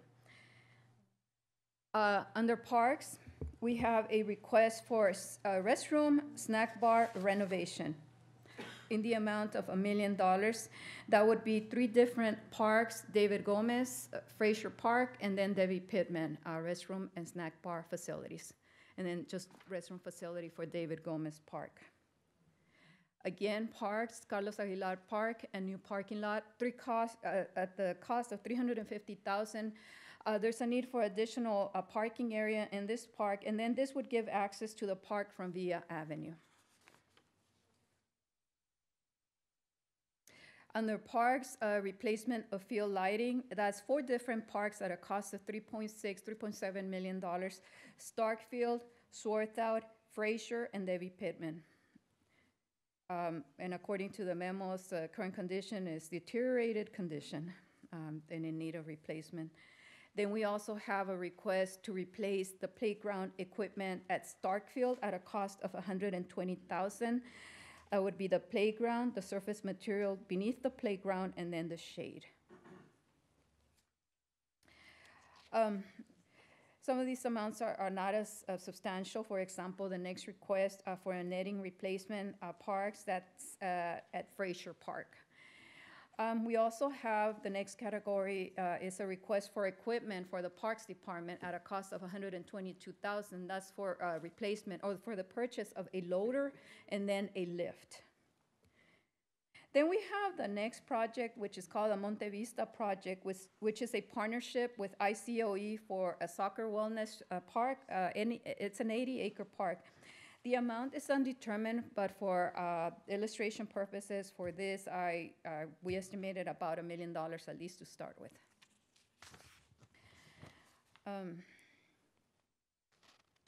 Lotus Park, we have a new development coming in. Lotus subdivision, that's a 10-acre site. We estimated $6 million, and that's based on the cost for Planck, 3-acre park of approximately $2 million, prorate that to 10-acre site, so we estimated approximately $6 million. The impact fees, actually it's $6,700,000, and the impact fees coming in from this development with 609 homes will be approximately $784. That means that we need $6 million for this project at this point in time. Then for the Aquatic Center, there's a request for a water slide, the construction of a water slide at a cost of $750,000. This slide was eliminated from the scope. It was a desired element, and if funding is available, we would add it back to the design. There's a request from Parks and Rec for $46,000, and that's for a software for online registration for programs and reservation for parks. Letitia, one Yes. question. On the, on the park for Lotus Park, the $6 million, what would that cover and what kind of design are we thinking about? Are we having open fields or we having playground equipment? Well, the estimate here is based on Planck Park, so whatever, what did I mention before for Planck Park? What was it? The walking path, Basketball courts? yes, basketball courts, trees, walking path, drinking fountains. So the same So, design yeah, as that, okay. That $6 million would be pretty much the same thing we did for Planck, or Okay. we're doing for Planck. Okay, but phase one of Planck Park was about $500,000, right? We actually reduced a lot of elements because when we first went out and tried to, ideally what we would want to see in that, almost 4 acres. I mean, it came in at 2.5 million. There was no way. We had to really, really scale it back. And so we worked very hard to ensure that at least we had a walking path area, that we had grass area, that we had a playground, and it's very minimal what we're getting for 450. 450,000. Yes, 450,000. And then that's this correct, 470. proposal is for an additional 600,000 for Yes. Planck Park. Mm-hmm. So is it just because the size is that much bigger? for Yes. The Lotus Park? That's correct. It's 10 acres. Come in at 6 million. Mhm. I believe Planck is 3 acres, right? It's a little over 3 acres. It's Mhm. almost close to 4. I believe those are the requests from, that concludes the request for Parks and Rec for one-time capital projects. We also have a request from Public Works. We have a request for our parking lot resurface and restriping at a total cost of estimated cost of $1.6 million. And that would include the public parking lots in the downtown area, the parking lot at OPOP, Fifth and Olive, Fire Station 1, and the library, both the front and the rear of the library building, parking lots, at a cost of $1.6 million. For Public Works, various $5 million for Imperial Avenue extension to McCabe, Imperial Avenue south of Wake, $80,000 for ADA improvement transition. This is a plan, basically a study to determine which buildings need ADA improvements and what those improvements are. There's a request for $300,000 for a shade structure at Public Works, $700,000 to re-roof various city buildings, $650,000 to re-roof the current library building and its surroundings. And then from IT, we have a request of $749,000 to replace aging infrastructure. That's hardware, professional services, software servers, operating systems. There's currently 18 servers that have reached the end of life. They're out of warranty, and 15 more that will reach the end of life within 2 years. Ms. Salcido, so Yes. the $749,000, is there a reduction for current costs? Obviously, there's some level of expenditure for the IT infrastructure. So is this a net number? Are we gonna, or this is in addition to? In addition to the amount budgeted, whatever we budgeted in this year's budget, yes, this is above and beyond. So every year we try to address some of the needs, new servers and so on, but this is getting to the point where it's just, we need an overhaul basically at this point in time. What happened is when I came in 2006, and I think in 2008, we did an overhaul of the whole system, the whole IT infrastructure. And it's about that point in time to do that again. We've been doing bits and pieces, but there's need to do more. Well, we have an IT expert sitting in the front row. Does that sound reasonable? Dr. Fennell?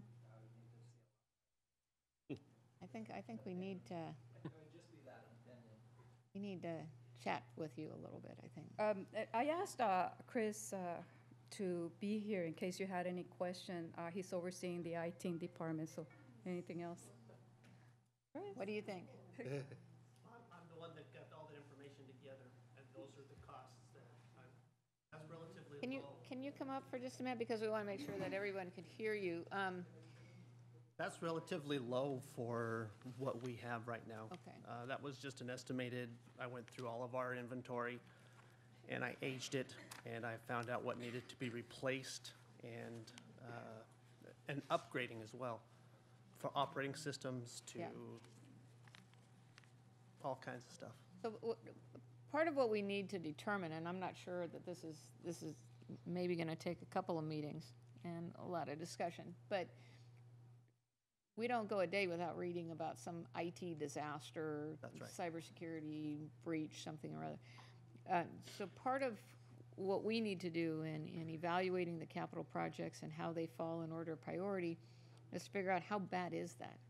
Yes. So when you talk about a system that has essentially been unchanged for 9 years, we have a whole bunch of stuff, according to the report, combined cost of that investment over $1 million. We have a whole bunch of servers, hardware, software that is end of life, out of warranty. So those servers go down, we're in kind of deep weeds. Yes, we are. Yeah, we do our best to, as Ms. Alcido said, every year to try to budget and replace what we can.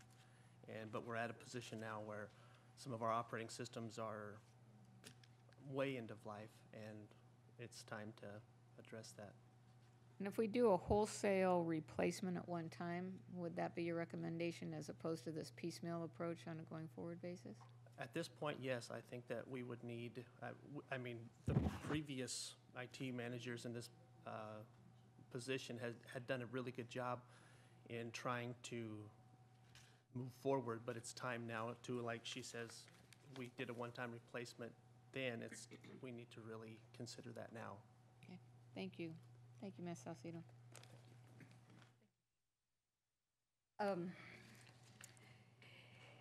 Okay, so these are the one-time projects, and before I move on to the ongoing projects, and there was one item, the one item I mentioned at the beginning of my presentation, and that's from Public Works, an additional $1.8 million for medians. And that's, let me see, this is a rough estimate median improvement, 4th Street, Adams Avenue, Imperial Avenue, and it's $1.8 million. And bringing the total of one-time capital projects to 80, the need for one-time capital projects to $80.3 million.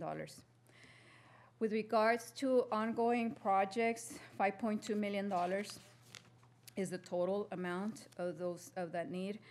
And we have, number one, the Aquatic Center, which is coming on board in fiscal year 2019.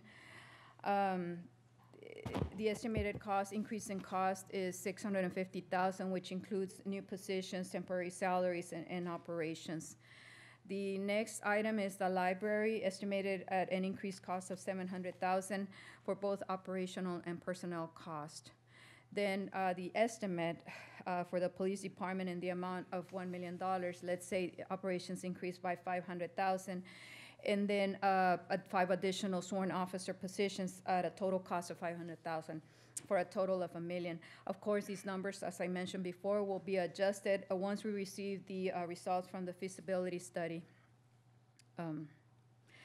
With regards to the animal shelter, this is again an estimate, $200,000. As we redo or we increase the facilities, the size of the facilities, then there should be expected an increase in operational as well as personnel costs to be able to address this animal shelter situation properly. This is an estimate, and of course, the numbers will change once we receive the numbers from the feasibility study as well. I'm so sorry I didn't change the slide. Yeah. So sorry. So there it is, Aquatic Center, Library, Police, Animal Shelter.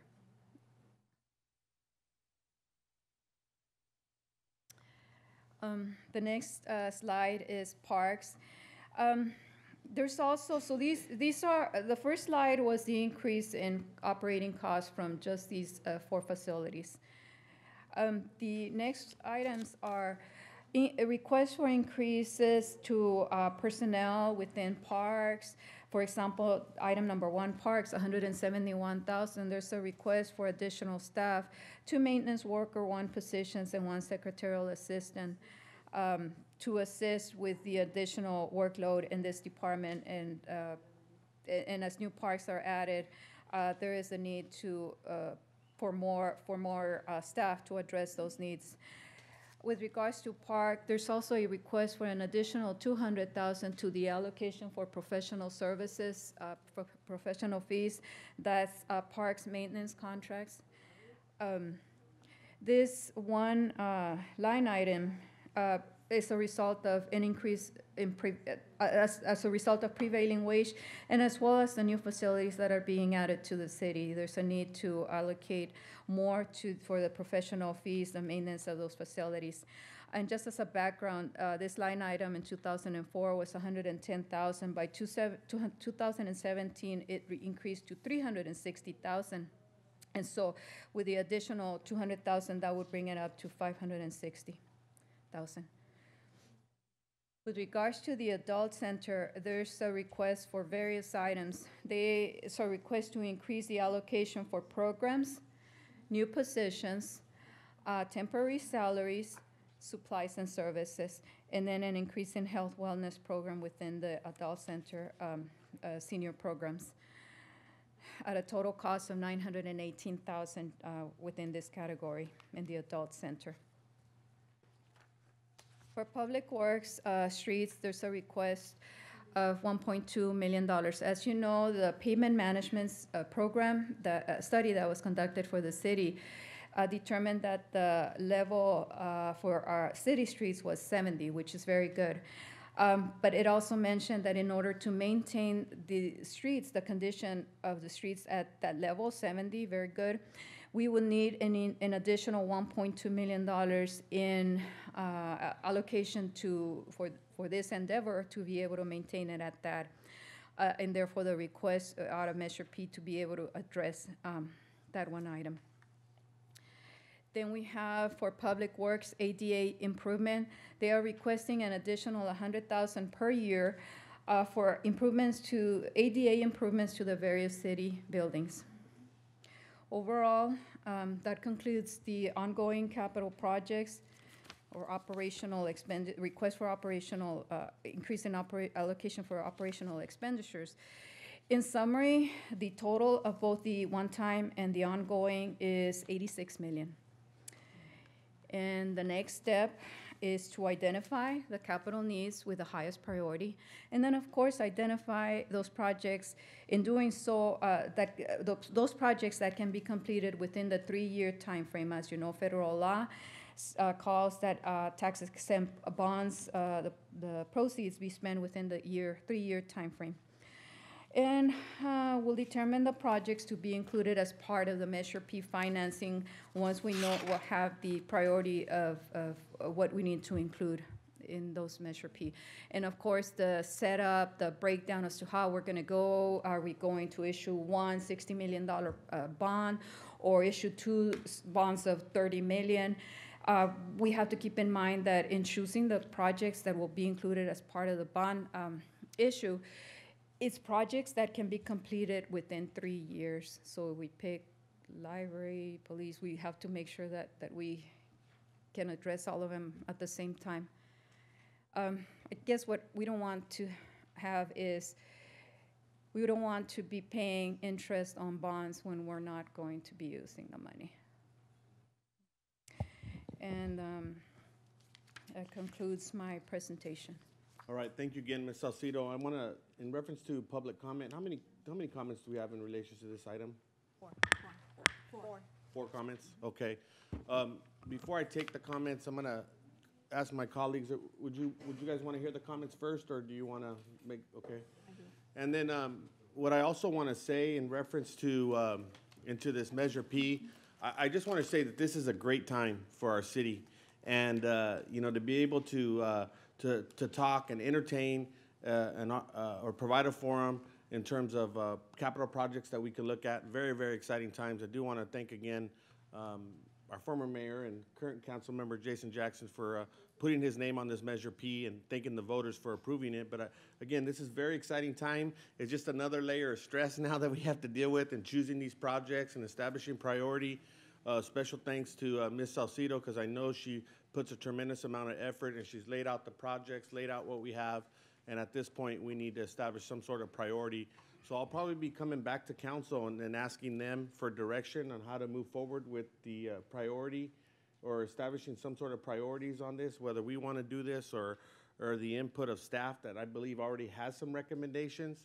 So I believe that's the context of our conversation once we come back with some of the public comments. So with that being said, I think we're ready for our first speaker. Superintendent Dr. Fennell. All right.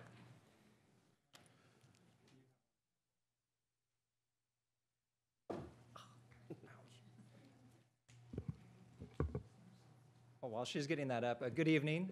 Thank you for allowing us to be here this evening. And I think this is a wonderful, well, thank you for allowing us to share our vision for Monte Vista Regional Soccer and Wellness Park, because I think it's an opportunity for us and for you to put your Measure P dollars to work quickly and in the spirit of major capital expenditures without ongoing costs. And so with that, you might be asking, why does the County Office of Education, why are they interested in a soccer complex? And I will say very clearly, we believe that happy, healthy, and physically active kids make better students, they lead to better families, and they ultimately lead to stronger communities, and that's what we're all after. Our mission is improve the quality of life in the Valley, and that's what we're after. So what I'd like to share with you is that, I think most of us know the explosive growth in soccer, youth soccer locally, both boys and girls. You only have to look at the rec facilities that we have now during rec season, but if you're not aware, we have up to 4 clubs now that play year-round soccer, and they travel all over the state in Nevada and Arizona. And so tremendous need for facilities. And I would argue that what we're proposing is a premier destination facility, not just because our kids and our families deserve it, but also because it becomes an economic driver for hosting. Right now we have a lot of Southern California regional tournament needs that are going to Phoenix, going to Vegas, going to Lancaster of all places, and they can be coming here to the Valley. So with that, I want to share that, and it's more than just soccer, and I'll talk a little bit about this in just a moment, but it also includes cross-country path, walking trails, senior equipment for fitness. It's really about a wellness push for our community. And so if you're not aware, we own so ICOE owns the 80 acres just to the west of our facilities, and I don't have a pointer, well, maybe I do, but I don't think it'll work on a TV. So our facility, that top where our logo is pointing, that's our current facility on McCabe Road. The 80-acre parcel is the colorful box down below, the bottom half of that. You'll notice that there are 4 buildings at the front side of that. The 70 acres immediately south of that is all slated for the Monte Vista project. So we own and are ready to build 70 acres of park space for our community. And if we zoom in a little bit, the other thing that we are here to offer with you, because the other example of this project, if we choose to work together, is that this is about good government. It's about we are stronger by working together. We can do better for our community. And if you look at those 4 buildings up in the front, we are currently underway building 1. Those are, just for scale, those are about 15,000 square footprint buildings. We're building 1 now for administrative offices and a 300-person conference center, which we desperately need. And then reserving 1 space there for future growth for our office. But those other 2 pads could be a library, could be a police department, could be some other need.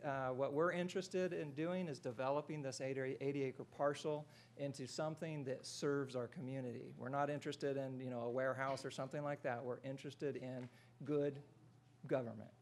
And so, if you're looking for a site for your library, we'd be happy to entertain. I know our board would be interested in entertaining. Does it make sense to work together and provide the land for that? Provide the land for a police station if needed.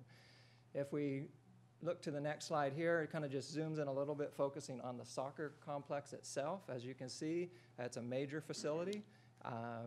It's estimated right now between 10 and 15 million, depending on how elaborate you want to go and if every field is lit and all of those sorts of things. But the important points to make is we own the land, the vision is set. It's just now about securing the partners to make it happen. And with that, I do want to call up Todd Evangelist, who maybe can give a little update on terms of our current status. Thank you, Dr. Fennell. Just a quick update on some current status of it is that ICOE has submitted applications for annexation with LAFCO, and I believe the city is ready, or you may be handed off tonight. And the ISUE administrative building that Dr. Fennell referenced is funded and is being built here shortly, which includes a 300-seat conference center ready to build on that north 10 acres. Off-site improvements are being planned as we speak, and the full use of the facility, as our perception, would be by the city as well, at no ongoing cost. ICOE's foundation is proposing a self-sustaining business plan to manage and maintain the facility at no cost to ICOE General Fund, Dr. Fennell, and at no cost to the city of El Centro as well. That's our plan moving forward with it.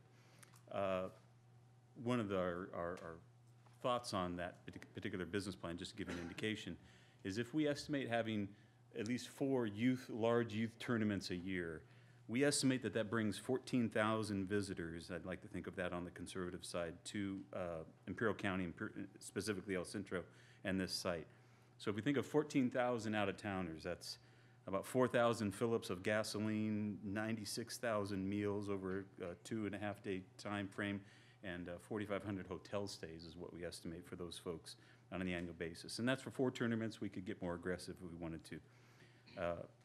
Also, I think it's important to note that this particular project is a money generator in the years to come, is our vision and our business plan for that.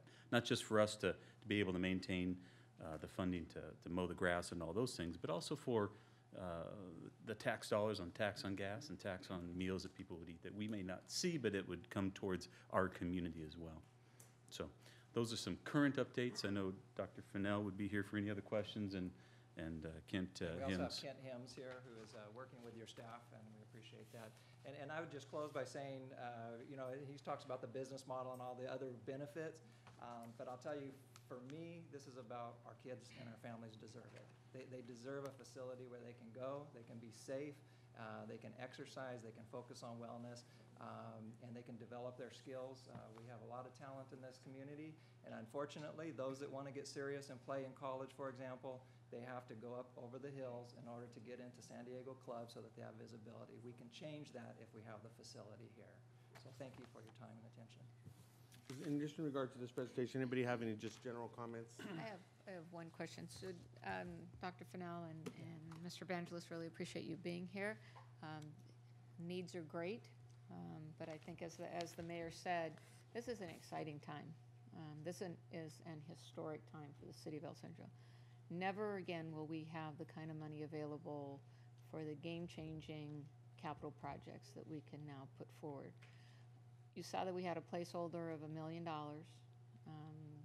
Comments on that, whether that's ballpark of what maybe? So our disadvantage now is that, you know, we have to seek capital funds. So, you know, the ongoing part of it we're committed to, and we have a plan for that.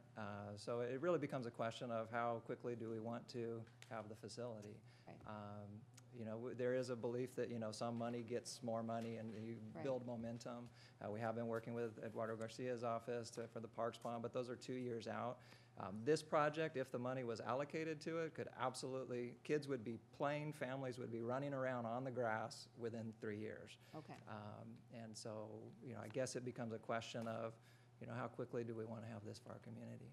And I think we've had the opportunity, at least a couple of us have had the opportunity to meet with you before, and I think one of the things that you provided to us, it could be a phased project.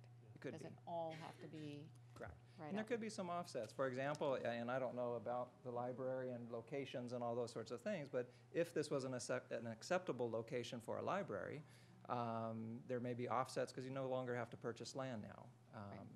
So I think those are the kinds of things that we're interested in talking about, because I think our citizens expect us to be working together and making the money stretch as far as we can. Any other comments? Yeah, I'll just say, you know, Cheryl's right. This is a unique time for El Centro, and thanks to the residents of El Centro for supporting Measure P, we actually can have these conversations.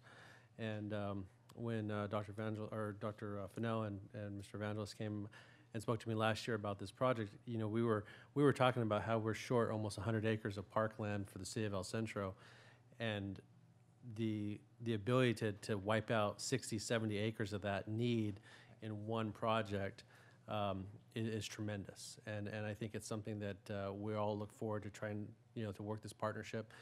It makes sense. I agree that the residents, the citizens see the opportunity of two public entities working together is just good governance and should be done as a model for every project. So I'm very much supportive of this, and I think I know there's been some continued talks with our current mayor and pro tem, so that we have that continuity moving forward. So I'm very much looking forward to seeing this project come to fruition. Yeah, and maybe I'll just close in terms of I do want to also give praise to your executive team. I know, Mr. Evangelist, Dr. Fennell, Ken Hems, and you guys got a real strong executive team, a lot of experience, and that's a great collaborative that I want to pursue and support as well. We do have some placeholders, but we need to come out with some sort of system on how we're going to prioritize these projects. I think clearly a phased-in approach would be something that would benefit a lot of folks. So I think what we'll do is once we establish some sort of direction that we'll give staff, we'll be definitely following up with everyone. So, If I can say something briefly. yeah, go ahead, Councilmember. This is a very exciting project, and I'd like to just chime in that I recently saw a segment of a documentary where they discussed the explosion of travel teams among youth sports, whether it be baseball, softball, football, or soccer. And it took a turn because it started off just talking about how popular they were among parents and how these families would travel long distances to go to these tournaments. But then it went into the fact that several cities in Texas that had been hit particularly hard by recession and their downtowns had become dilapidated, they were essentially tearing down parts of their town in order to put in these sports complexes, and how studies have shown that over the years, these cities that were proactive to do that, they actually increased their economic development considerably by bringing in these tournaments and bringing in business because of it, because of all the visitors that would come in. And they went over some of the big football tournaments in Texas that were now based around these smaller cities that had the facilities for them, as well as travel baseball and soccer as well. So it's a very exciting project. I think it goes hand in hand, working not just for the community, but also for further economic development. It's one of those projects that really can umbrella a lot of different issues that we're looking at. So thank you for the presentation. Very excited about this project. Absolutely. Thank you. We look forward to working with you. All right, so we'll get back to you guys sooner than later. Thank you. Could we have the next speaker, please? Rosario Velarde.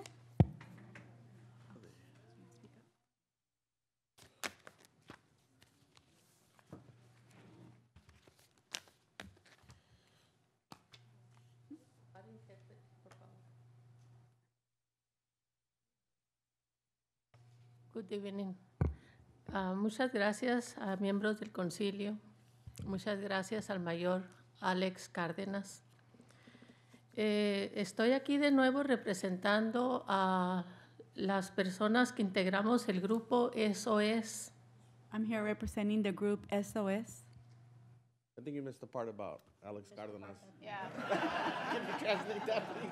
Thank you, Mayor. Please say that, please, again. Thank you, For Mayor people who may Alex not have heard Cárdenas. You go ahead. Thank you, Mayor Alex Cárdenas. All right, go ahead.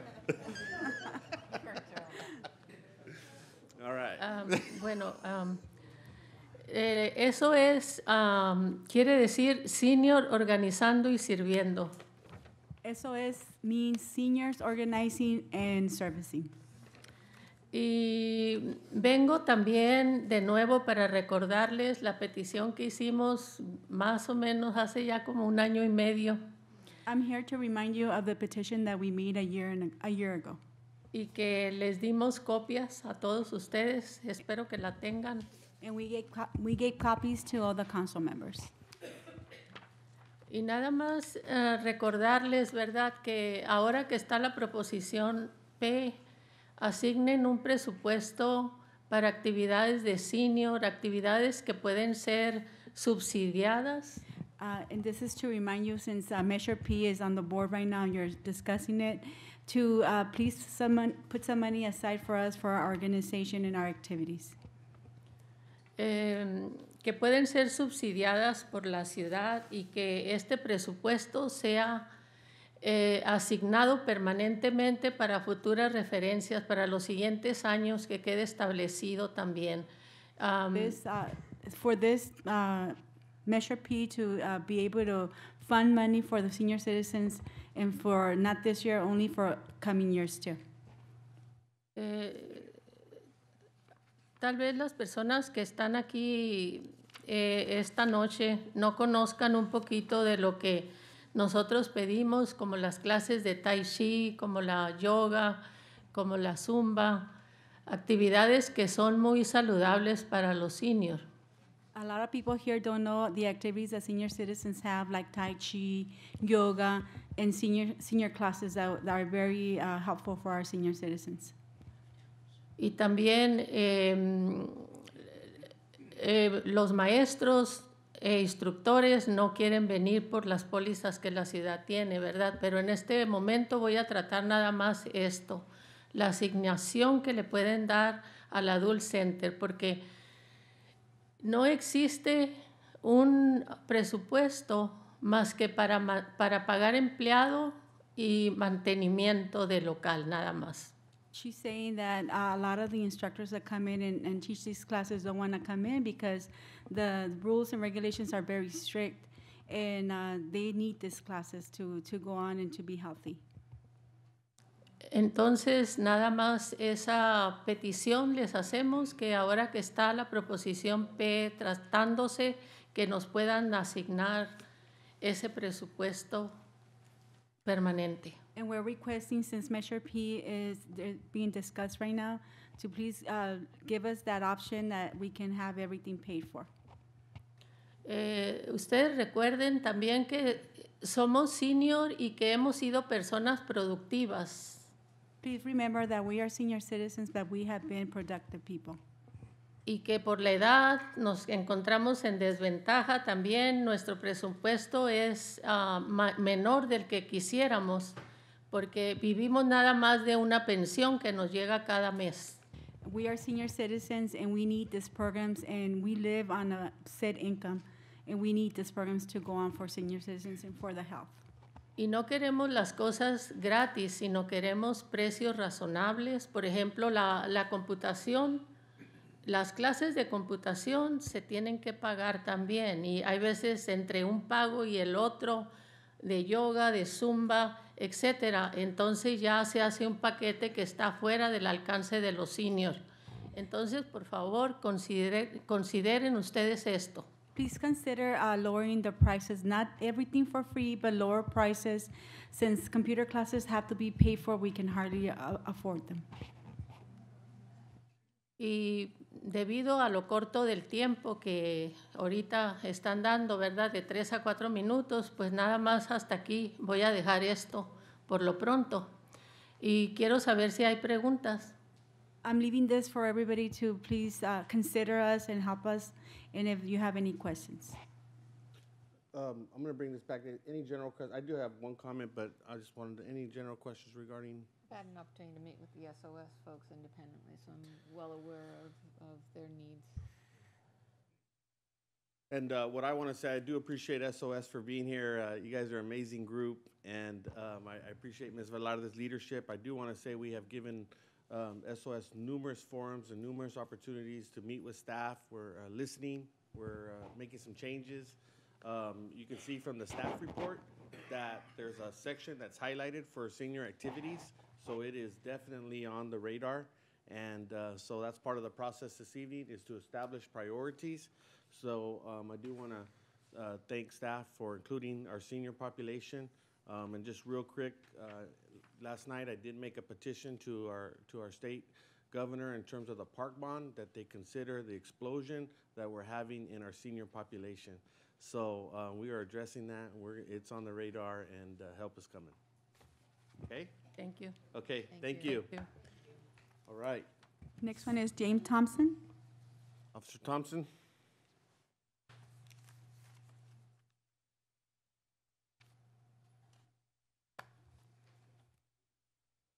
Mayor, City Council. For those of you that don't know me, I'm the president of the El Centro Police Officers Association, and I realize that everyone is excited today However, I'm here because we continue to object to the building of the library and the police department. And one of the things I wanted to bring to your attention is where we're at right now with our staffing levels. Currently, our policy is set for a minimum staffing level of 4 officers and 1 sergeant, and that's for the entire city for an entire shift. Recently, we've had to have officers hold over 16 hours, and we've had to have officers come in, well, with their regular shift and the time they hold over at 16 hours. So we have multiple officers working 16-hour shifts, and it leaves us below minimum staffing in the middle of the shift. We're struggling. It's to the point where our POA has kind of lost confidence in the city council. You guys feel that you take care of the city employees, however, from our end, it's a completely different perception, because multiple officers have to work countless hours. We have calls for service we can't keep up with. And when we ask for additional officers, everyone's sitting here discussing water slides and 10-acre parks. So you have to kind of see where it comes from our standpoint. On Saturday evening, I was holding over. I ended up working a 16-hour shift. Got in a vehicle pursuit. The individual TC'd, had to get life lighted out. Same time, a member of our community was robbed, beaten, and taken. His property was taken. And shortly after that, we had an in-progress burglary of a small business in El Centro, where officers got in a foot pursuit. So it's not like we are asking for more officers to sit around and write parking tickets or monitor traffic or whatever. We're struggling to keep up with our priority calls for service. Again, we're asking for help. We're telling you we're short-staffed. We're not able to hire or retain people. And I don't know what else I could say. I had come here with a different message, but after listening to the presentation on Measure P, it's clear that this funding is going forward with the capital projects, and that's fine. However, you guys are barely able to cover the general funding cost. You barely gave us steps, which you're proud of, and then 2 years into that process, you basically told us that you can't afford to fulfill the contract that you had agreed upon. We had to basically fight to get what was in the contract. So our feeling is that we can barely keep up with, the way the city looks. And I understand that you guys have a bunch of projects in the works to try to clean up the city and help revitalize things. But what I would ask you to do on your way home is drive by Stark Field and see how many transients are sleeping on the benches and how many are repairing bikes and doing drugs. So when you guys say you want to spend $1.8 million on Stark Field, my reality is that I will see the transients that I know are going to end up there destroying the property and the projects that you guys are building and care about, because we don't have enough people to patrol the city. Thank you. Let me take a couple breaths here. Let me give a chance for the council to respond. Would you like to respond? You know what? I want to hear all of public comments, and I'll save my comments for the very end. Thank you. I mean, that's me, if anybody. David Tyler?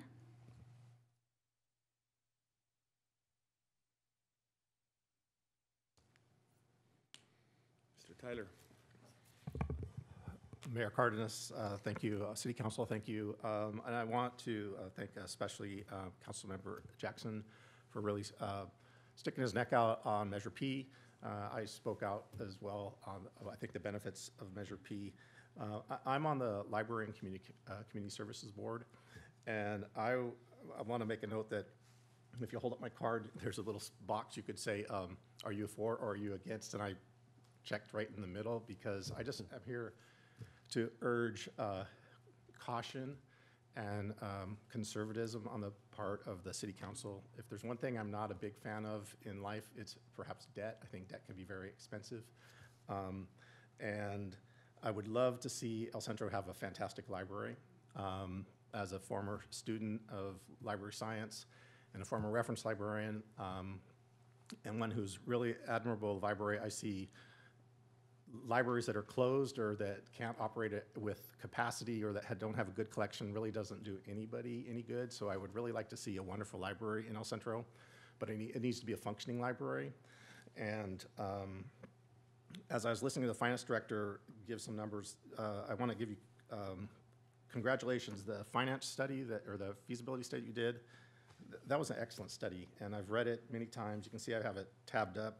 Yep. I want to point out to you on one of the best pages in that study is on page 22, if you get a chance to look at it. El Centro funds its library at $14.79 per capita per year, and the standard in the state as a benchmark is just about $28 per capita. So we've been funding the library at about 50% of everybody in the state.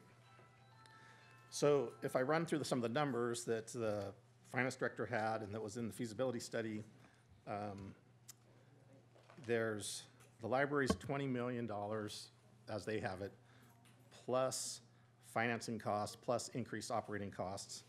The projected financing cost, according to the finance director, was $3 to $3.5 million per year over 30 years. It's a little bit late at night, so trust me or check me if my math isn't right, but that's $90 to $105 million in financing costs on a $60 million bond over 30 years. And the library, it would be a third of that if it's 20 million of the 60. So a 20 million library plus 30 million to 35 million in financing costs, in addition to $710,000 a year in increased operating costs over 30 years, is an additional $21 million.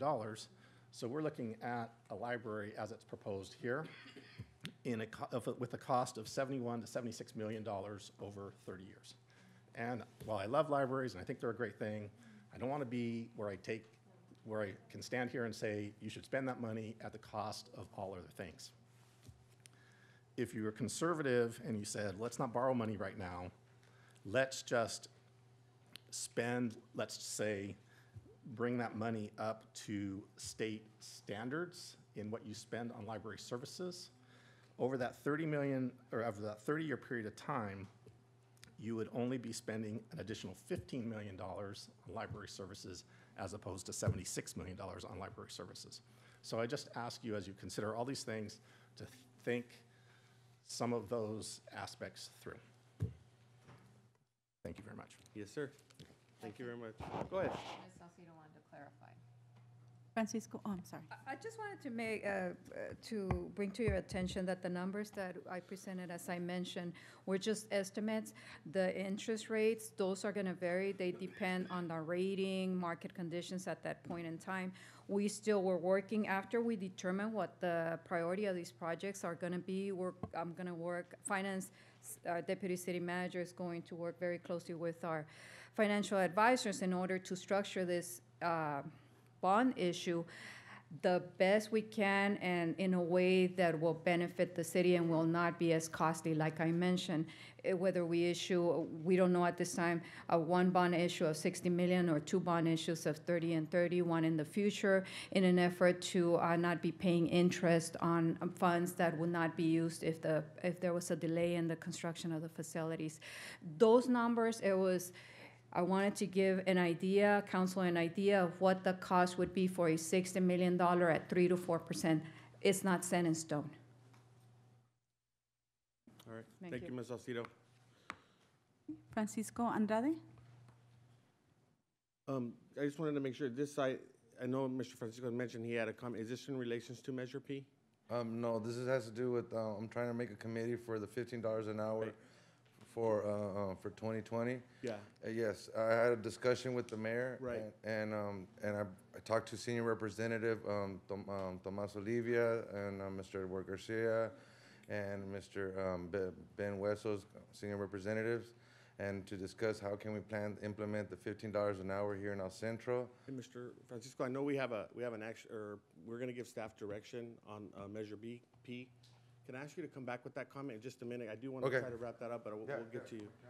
Any other comments in relations to Measure P? Pete Rodriguez? Mr. Rodriguez. Yes, sir. Good afternoon. Good evening. I saw the numbers and I would love to do them all in my heart. I applaud for the people that voted for it. I didn't, for the record. Had concerns.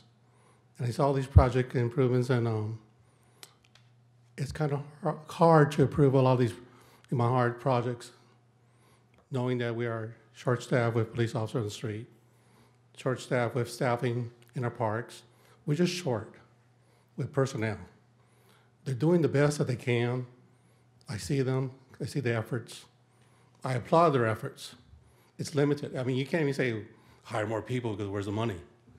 I mean, you got to really think about your staffing before you do some capital improvements. I really would ask the city council to look at your staffing before you make some improvements.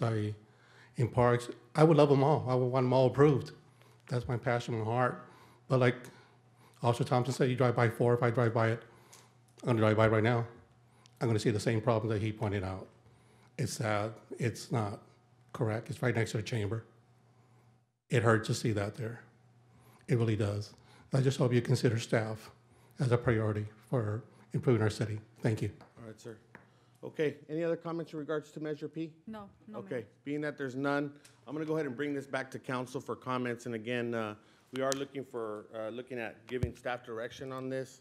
And then I do wanna follow up on Officer Thompson's comments too, once we make some determination on how we wanna to move. So who would like to start us off? I Mayor just Pro want to Tem? kind of throw out a proposal, because this is an awful lot of information that was released to us, I think on Thursday maybe is when I first was able to start getting a good idea of what's here. This is a lot of information to absorb. What I'm going to propose is that we consider breaking into working groups with a council member if there's a particular area, and then coming back at our next meeting after having met with staff and interested stakeholders with recommendations. So for example, if we had a city council member who felt a particular interest in Parks and Recreation, that they could then meet with the deputy city manager and any affected staff, go through the list of Parks and Recreation projects, and then be prepared as the representative from the council to report back on that working group. Similarly, we saw a lot of public works and maintenance type projects, including the maintenance facilities for Parks and Recreation. So that could be another, let's come back with recommendations with regard to the public works and facilities. I kind of grouped IT/software, ADA, and then operational costs and personnel into another study group that could report back. And then another working group on parking lots, streets, and lighting. So there's those 4. Then the task force, the Community Enhancement Task Force has already been evaluating the library, police station, animal shelter, and I'm going to throw in a new one we haven't talked about at all, is whether or not the city wants to take a lead with regard to homeless services. Recognizing that that would be an add to, costs. But on the other hand, we see that as a true quality of life issue affecting the police department, affecting the fire department, affecting our emergency room. So I know, Leticia, you've probably stopped breathing, but I do think that maybe that's another item that we can talk about at the Community Enhancement Task Force tomorrow. With regard to police department staffing, I want to pull that issue totally away from Measure P and create a separate standalone task force that is focused on recruitment, retention efforts, and a sustainable plan for our police department. We can't continue to have these one-off conversations about how many positions we're funding, the issues that we're having with getting people through background, issues with retention. We have kicked around individually and collectively a lot of ideas with regard to the police department staffing issues, but I think we need to get serious about creating a standalone task force that does nothing but focus on public safety, and that includes our fire department as well. We know that our pension costs are going to start to bury us if we're not careful and make really smart decisions with regard to personnel.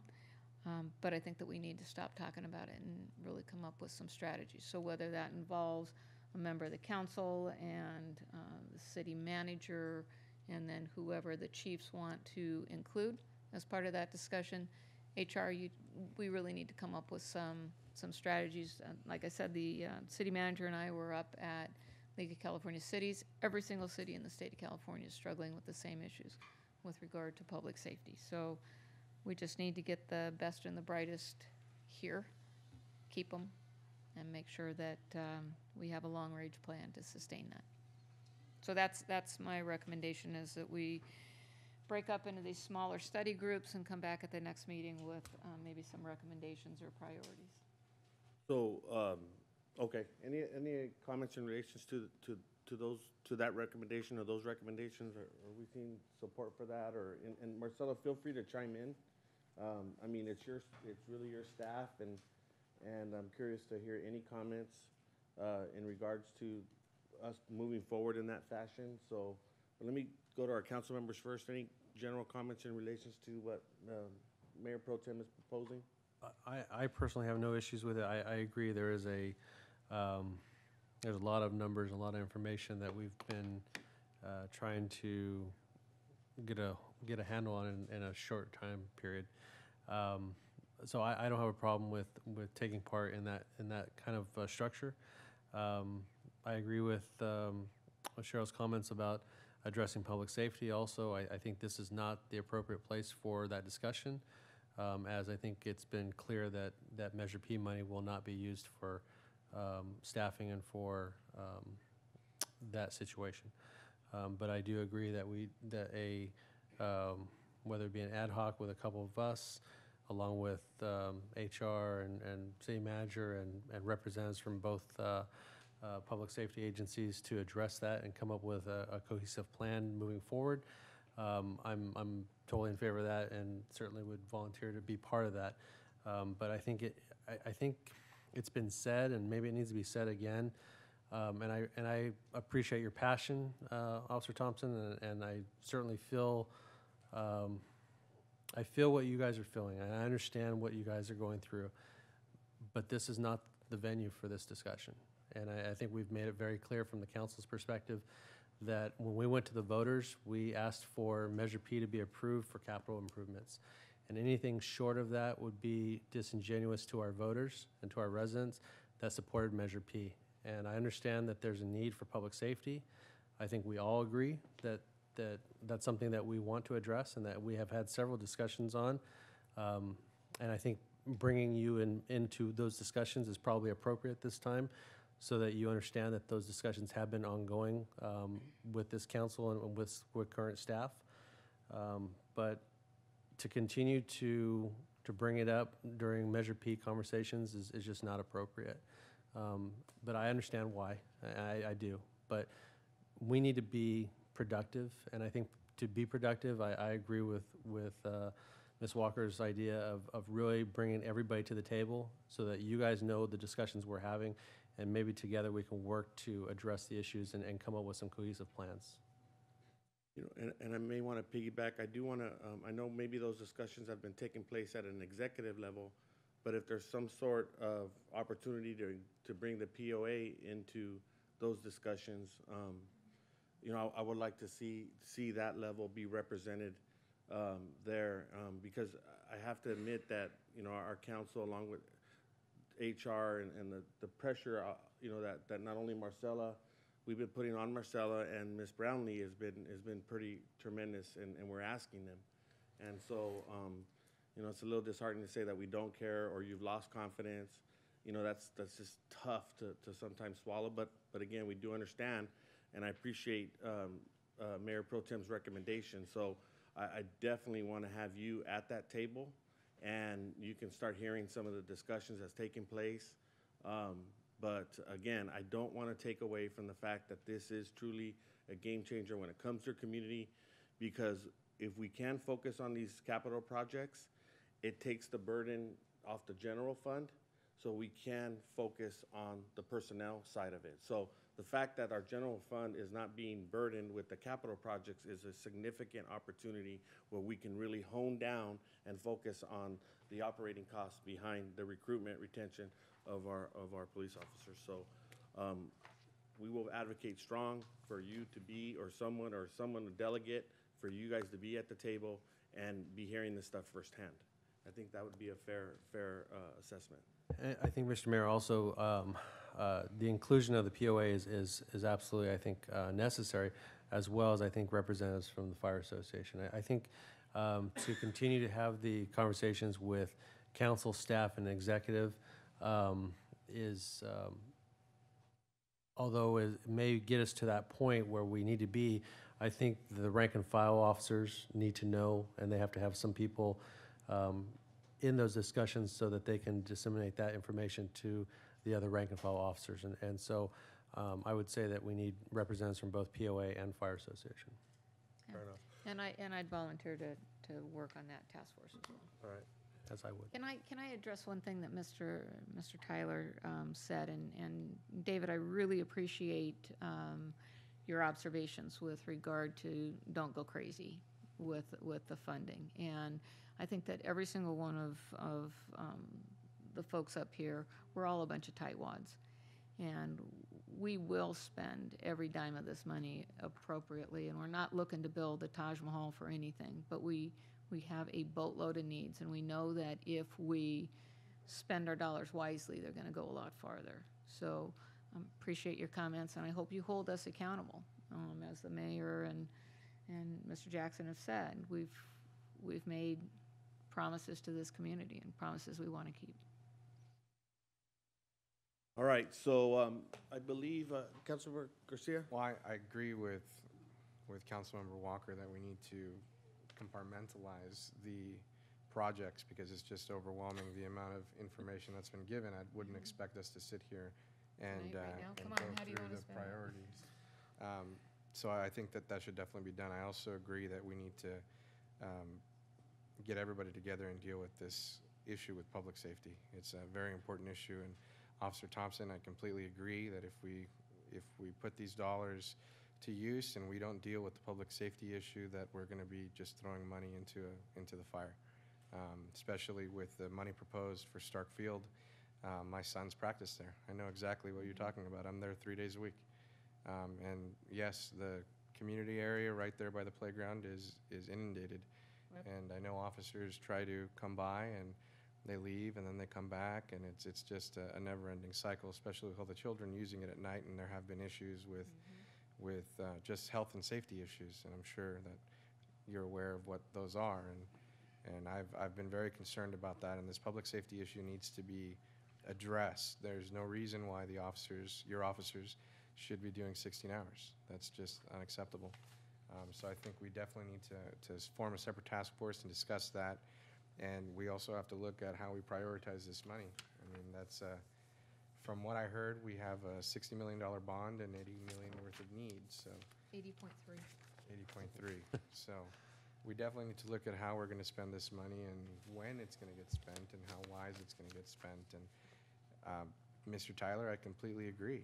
Debt at this level, even though we don't have the right numbers, because we don't know what our bond rating is going to be, we do have an excellent rating for now.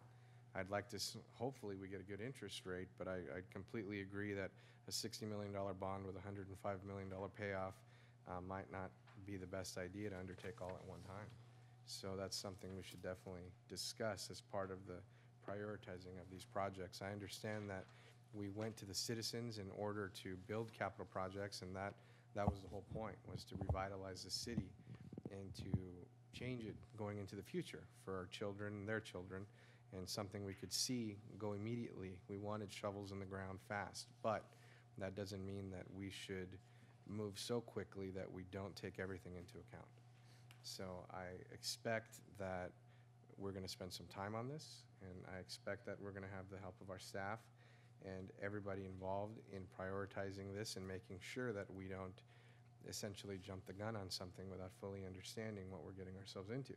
Because the last thing we want to do is inundate this city and leave hasty decisions to burden the council 20 years from now. Exactly.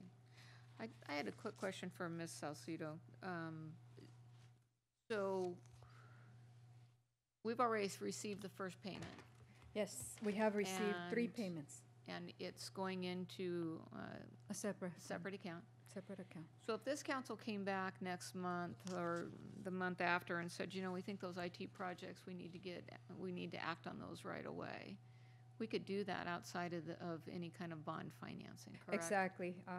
Okay. The only thing that I ask you is that we set aside some funds, and this could be done, because this is a lengthy process. Right. So maybe the funds that are currently there, I think it's 950,000, could be allocated to some of these smaller Other scale things, projects, the so IT quick- and so on. Quick wins right away. But as we get closer to issuing the bonds, I would like to, and my recommendation is to Yeah. keep some type of reserve Right. out of those funds. Absolutely. Okay. I think it's also important, and I don't believe I'm speaking out of turn, but as part of a reorg or promotion within the Public Works Department, we do have what we're going to consider to be our internal Measure P oversight person. So, Abraham, can you raise your hand? Bullseye. Part of the reassignment of duties is we really felt that we needed a quarterback that's going to keep us accountable, hold us accountable, and make sure that all of these spinning plates don't come crashing down. And so Abraham got a big job ahead of you, but we know that we picked the right person for it. The other thing I just want to briefly, and I know it's getting a little bit late, but there's just two things. I want to make sure we do follow up with your suggestion on the POA. I'm just trying to think. I want to give staff specific direction in making this happen. So Okay. and in terms of, I want to see maybe something, next council meeting as far as an update on how we're going to handle this. Because we've been having a lot of internal discussions, and I think maybe we've not done a great job in communicating what's happening behind the scenes. So, Right. could I ask maybe Marcella or somebody maybe respond and what that's going to look like, and how soon we can start having those conversations, so we can articulate the points that we're Yeah. trying to do to address the public safety retention, recruitment of our and compensation of our police officers. What? I mean, I'm going to propose that maybe we meet on Friday or Monday and just start, making the list of items we've already talked about with regard to recruitment, retention bonuses, payment for, if you're the person that refers an officer that actually comes and is hired here, review of our salary schedule, all of those things. I mean, I think that we need to first develop the list of ideas we've already come up with, and then sit down and really start brainstorming on where we go from here. So I know I have, and I think Councilmember or Mayor Pro Tem would be a good selection because of the succession behind the mayorship. And so do I have any other volunteers that would maybe consider? So we have Councilmember Jackson. So I guess what I want to say maybe to Ms. Piedra and Chief Medueño and Chief Herbert, then I'm assuming that staff would be reaching out to them to. Yes, we can have our HR director make I'm sure sorry? that we can have our HR director And make Ms. sure to Brownlee. coordinate the meeting. And then can I also suggest that POA delegate someone to be in that meeting as well? So I guess you would channel that back to Ms. Brownlee and designate one person, two people? Well, I mean, ultimately, I think this is going to get communicated to everybody without a filter. So I mean, at the end game, after we come up with our strategy, I imagine us going and talking to every single person in public safety and just say, here's the preliminary ideas that we've come up with. What else is there that we should be looking at? Okay. I mean, this process is going to go on a little bit. I think one of the things we need to make sure that we're, from our city attorney, is making sure that we're not getting into any kind of negotiations. We're not talking about the contract for next year. We're not talking about anything like that. We want to develop a retention and a recruitment strategy for the city of El Centro as it relates to public safety. Fine. Okay? Excellent. All right. Okay, I feel a lot better about that. All right, now, I do want to give Ms. Go ahead. Just a question. Councilmember So Jason. are we trying to set something for Monday, the 25th? Friday or Monday. Those dates. Friday work. I'm out of town, but Monday I could do. Monday, what time? We want to do after lunch or before lunch? Either. Or we can do it at lunch and have Marcella bring us something. Maybe just since the two chiefs are here and Officer Thompson's here, I don't know if there's, I don't see a fire rep, but availability, are you guys, Thompson, are you working on Monday or?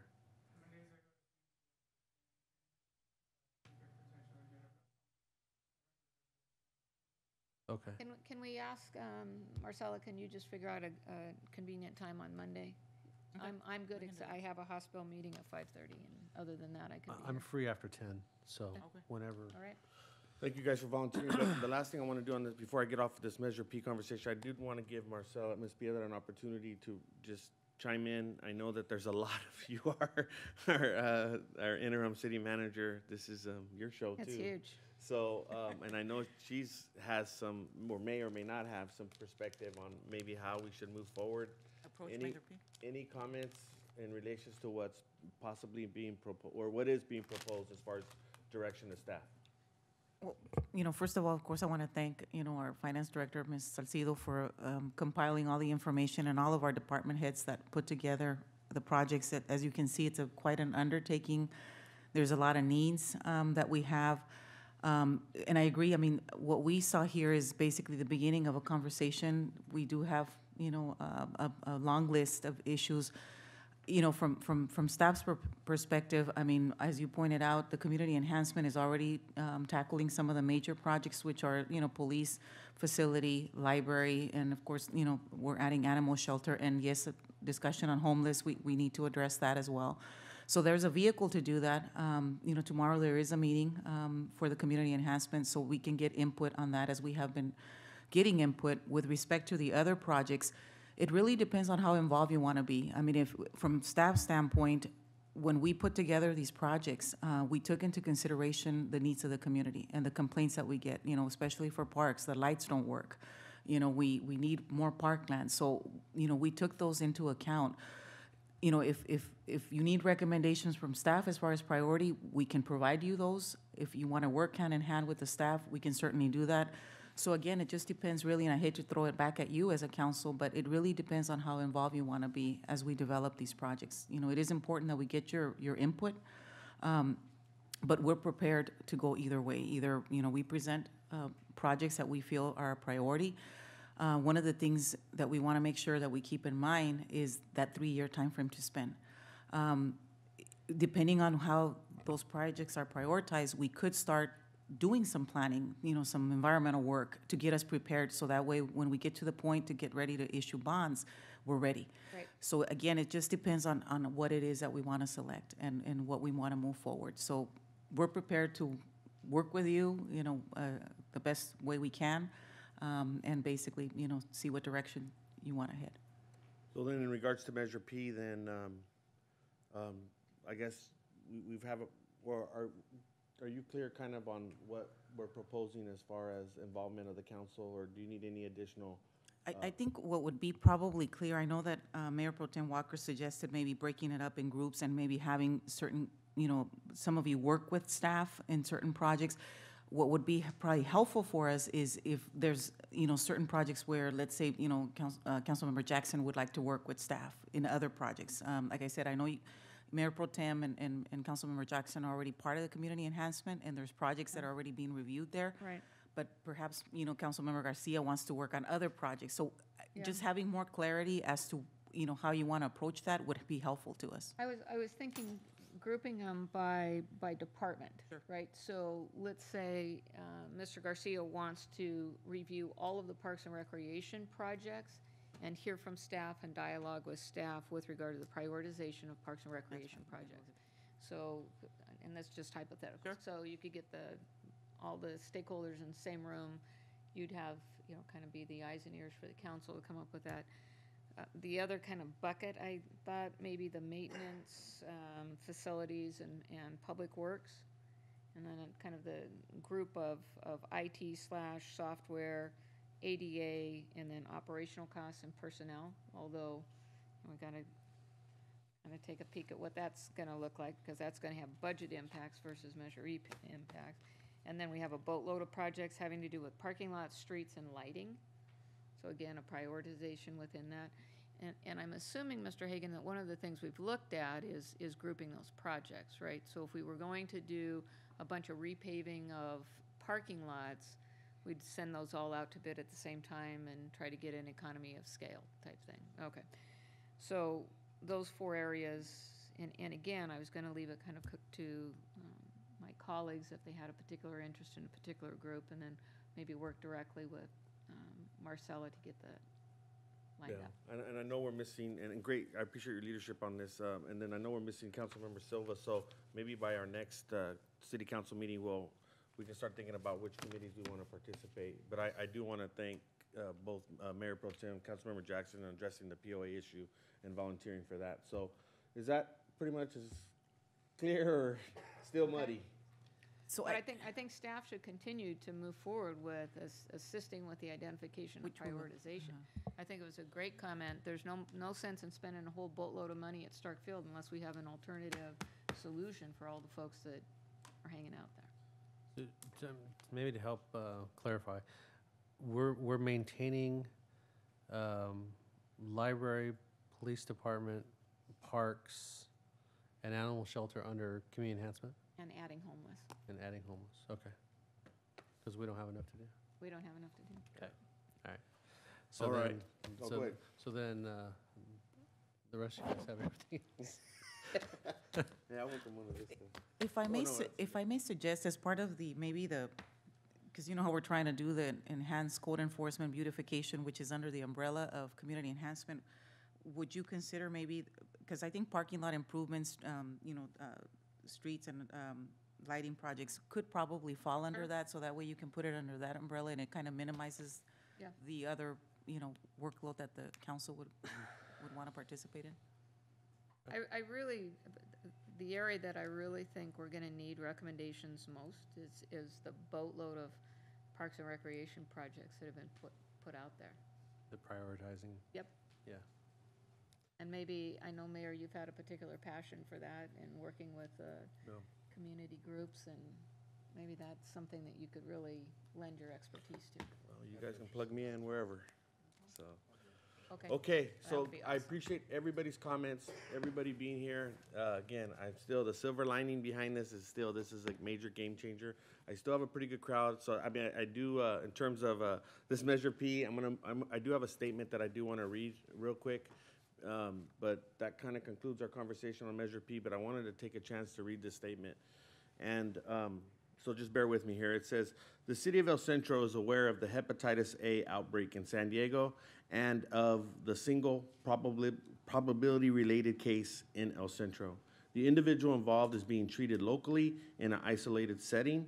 The city council has met with the hospital CEO and who has assured us the situation is not only being monitored, but actively addressed in the partnership with facilities in San Diego that help him keep the city updated.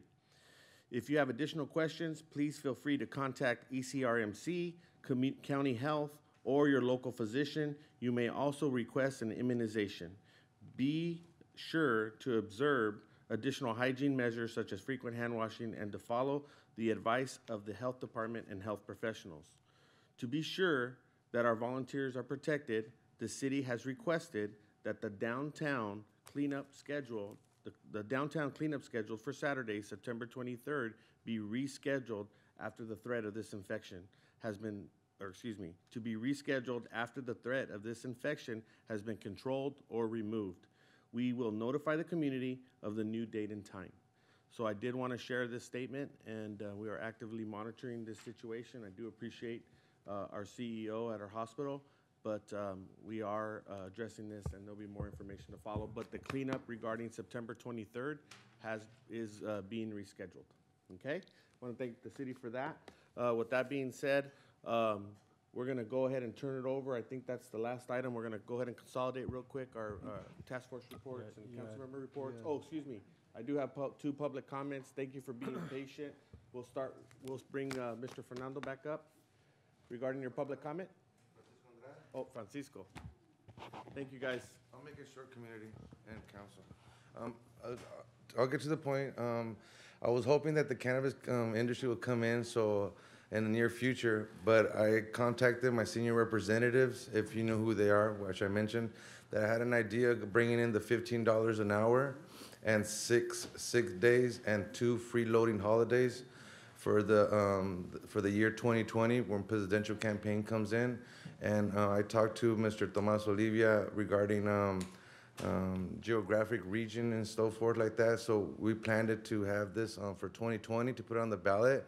But besides all that, trying to get the campaign going, I talked with Ms. I talked with Ms. Debbie from the Register Department to see what it needs to take to put the 15 idea on the ballot. And I'm looking forward for it. So we're gonna start getting more registered voters and get that implement. And I'm gonna start building the campaign, fill out the applications so I could get recognized by Sacramento and move forward with this, and so we could help the economy and help. You already know the reason why we want to make the $15 an hour here. We just want to bring it in, you know. And if there's any comments, questions, feel free. But I'm going to start doing this, and I'm just advising you people that I'm going to start bringing this in, the campaign, the committee, and hopefully this goes through and we can put it on the ballot for 2020 and have everyone vote yes in this opportunity.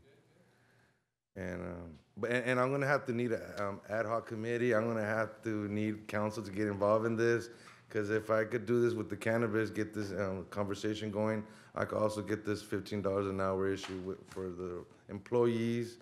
And I'm more into the employees, looking out for them besides the employers. And it's time for us to start making that little extra cash if the money's gonna be coming in. Thank you. All right, sir. Thank you for taking the initiative. Do we have another public comment? Yes, J.C. Stamba. JC, Mr. JC?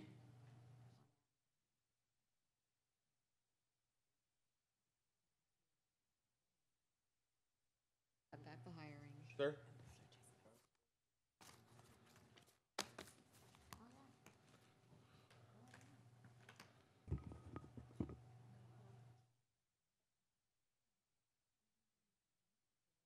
Appreciate your patience. Yes, sir. My name's J.C. Stumble. I want to know why the city, the county, and the cops keep robbing me all the time.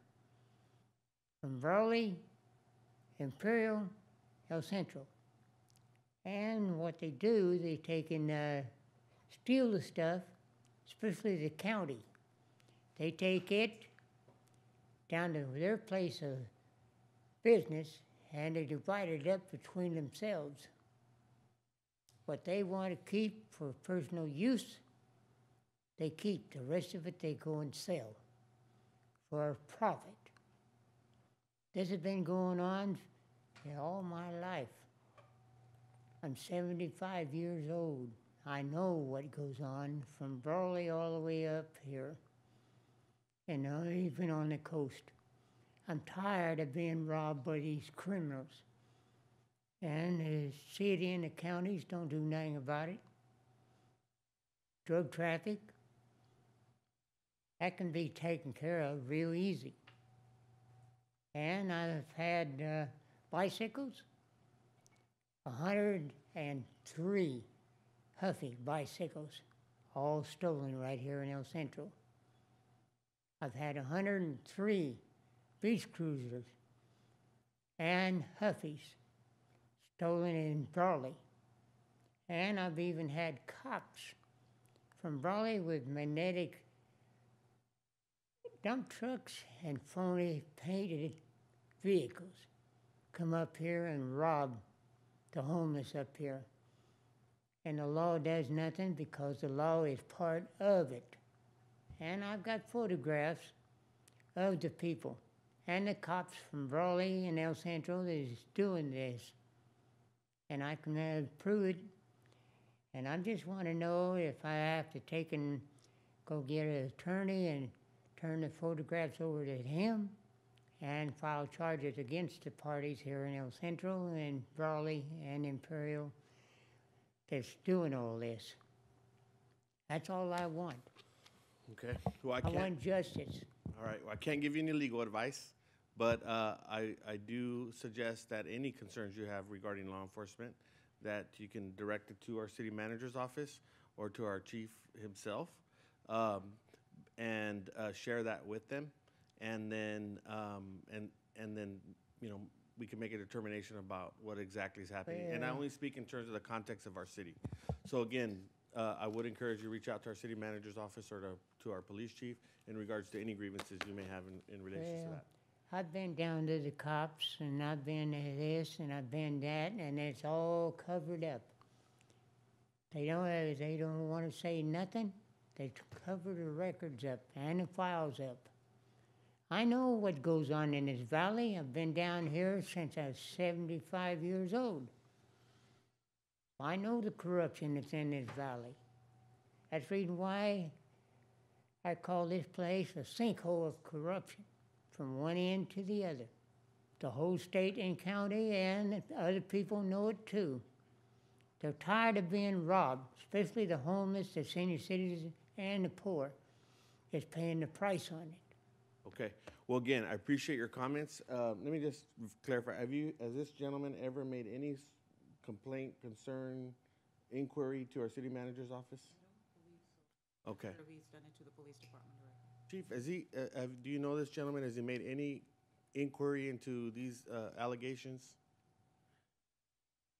Okay. So again, our chief is saying potentially there's no inquiries there. Our city manager's office is unaware of any of your concerns. So again, let me just say this, sir. If you do have questions, I would encourage that we reach out to our city manager's office. Well, the thing is, I got too many people knows about all this that's been going on. Okay. So again. They know me pretty well. Okay. So let me just suggest any concerns regarding your allegations when it involves exclusively the city of El Centro, that we reached out to our city manager's office. Well, okay? Like I said, the whole state and county is corrupt. Thank you, sir. Okay, moving on to our task force reports, and we'll go ahead and combine those. We still have to get into our financing authority, so Councilmember Jackson, you want to give it a shot? Start off? Yeah. Okay. Only attended a few things since our last meeting.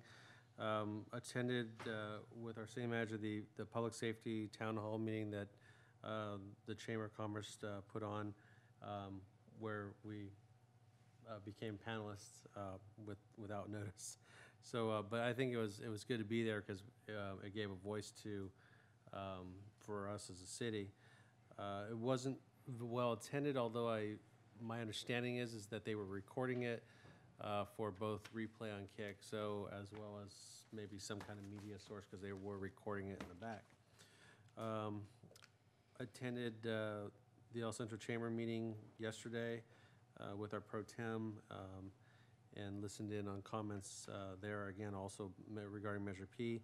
And then caught the last part of a POW service that was done out at the Buckland Park Memorial, and just kind of something to notice is that I think the veterans want to come forward with maybe a proposed schedule of events that they want to have on a yearly basis, things like the Vietnam vets, POW, Veterans Day, things like that, and try to be a little bit more proactive. This was another last-minute type thing, which put, I think they contacted you also. Yeah, you jumped right on it. As I explained to them, put me in a tough spot because I asked staff to kind of overlook that for one more last time. But they know clearly that they've got to come to us with a schedule of events so that we can approve those and get that taken care of. But it was a nice event. And I am happy that the veterans are using the memorial because that's what it's there for. Although I just told them that the process needs to be followed. So, but that's all I have. Thank you, sir. Mayor Pro Tem? So, had an opportunity to attend the League of California Cities Annual Conference last week. I was sworn in as a board member, or I guess they swore at me again, board member. And then I was also elected as the second vice president of the Women's Caucus for the state of California. So I'm really looking forward to serving in that capacity to just encourage more women to get involved in, stepping up and leadership opportunities and that sort of thing. So I wanted to remind folks about the, let's see, we've got the Harvest Bowl for the food bank coming up, and if anyone's interested in sponsoring, I think Southwest Security, maybe. I think Southwest Security. Oh, no, that's the other one. That's the other. And then to also get on your calendars, November 9th, which is a Thursday, SCAG is hosting another economic summit, and this one is called The Cost of Not Housing. And we'll really go into, this housing crisis that we're currently experiencing. So Where is that, Cheryl? It's going to be in Los Angeles. It's going to be at the LA Hotel downtown. Harvest Bowl is the 14th of October. It's going to be in Brawley at Sahara Packing. Excellent. Thank you. If you want tickets or want to sponsor, just let me know. Okay. Congratulations on that, Vice Thank you. President. Second Vice President. Councilmember Garcia? I don't have anything on my task force reports. However, I did attend a ribbon cutting on Saturday at Firestorm Gym for their new room. It's like a Ninja Warrior room. They have Really? all the obstacles built. I guess they bought a kit. I guess they sell those now. Like American Ninja? Yep. They have a running wall. They have all the stuff that you see on the show. It's Wow. the kids loved it. They were Oh, how everywhere. The whole place was just jam packed. They had Where is that? prizes. Firestorm right next to Ivy Flips, the red one. Oh, Heather okay. cut the phones. All right. So it was big, and they're gonna have, they're trying to get boys in there because boys don't generally sign up for gymnastics. So they're gonna be having these fitness classes based off of that equipment on Tuesdays and Thursdays. So yeah, it was funny because all the boys that were trying it were having a really hard time, and then the girls that were gymnasts that were already Right. enrolled, they were just running through it. So yeah, so I kind of see how Up the ante how a the little skills bit there. basically Yeah, translate. That's cool. Great stuff. And you guys went to the baseball game. Oh, yeah, the, El Centro Day. Didn't you? I think we, That's right. go ahead. Wasn't that last week? Wasn't that last meeting? Was They it? reported- I think they Yeah, we reported reported out that. last week. Oh, okay. Yeah, but All right. Well, I'm just real brief. Chief, I sent an email to Chief and Commander Alvaro. I wanted to say I appreciate Commander Sawyer's comments regarding that probe inquiry, and his response laid it out just perfect. And I know that we do have challenges, but he articulated and substantiated his comments, with some of the challenges that are happening in the state. So please pass on my praise to him, and I appreciate the way he handles the media.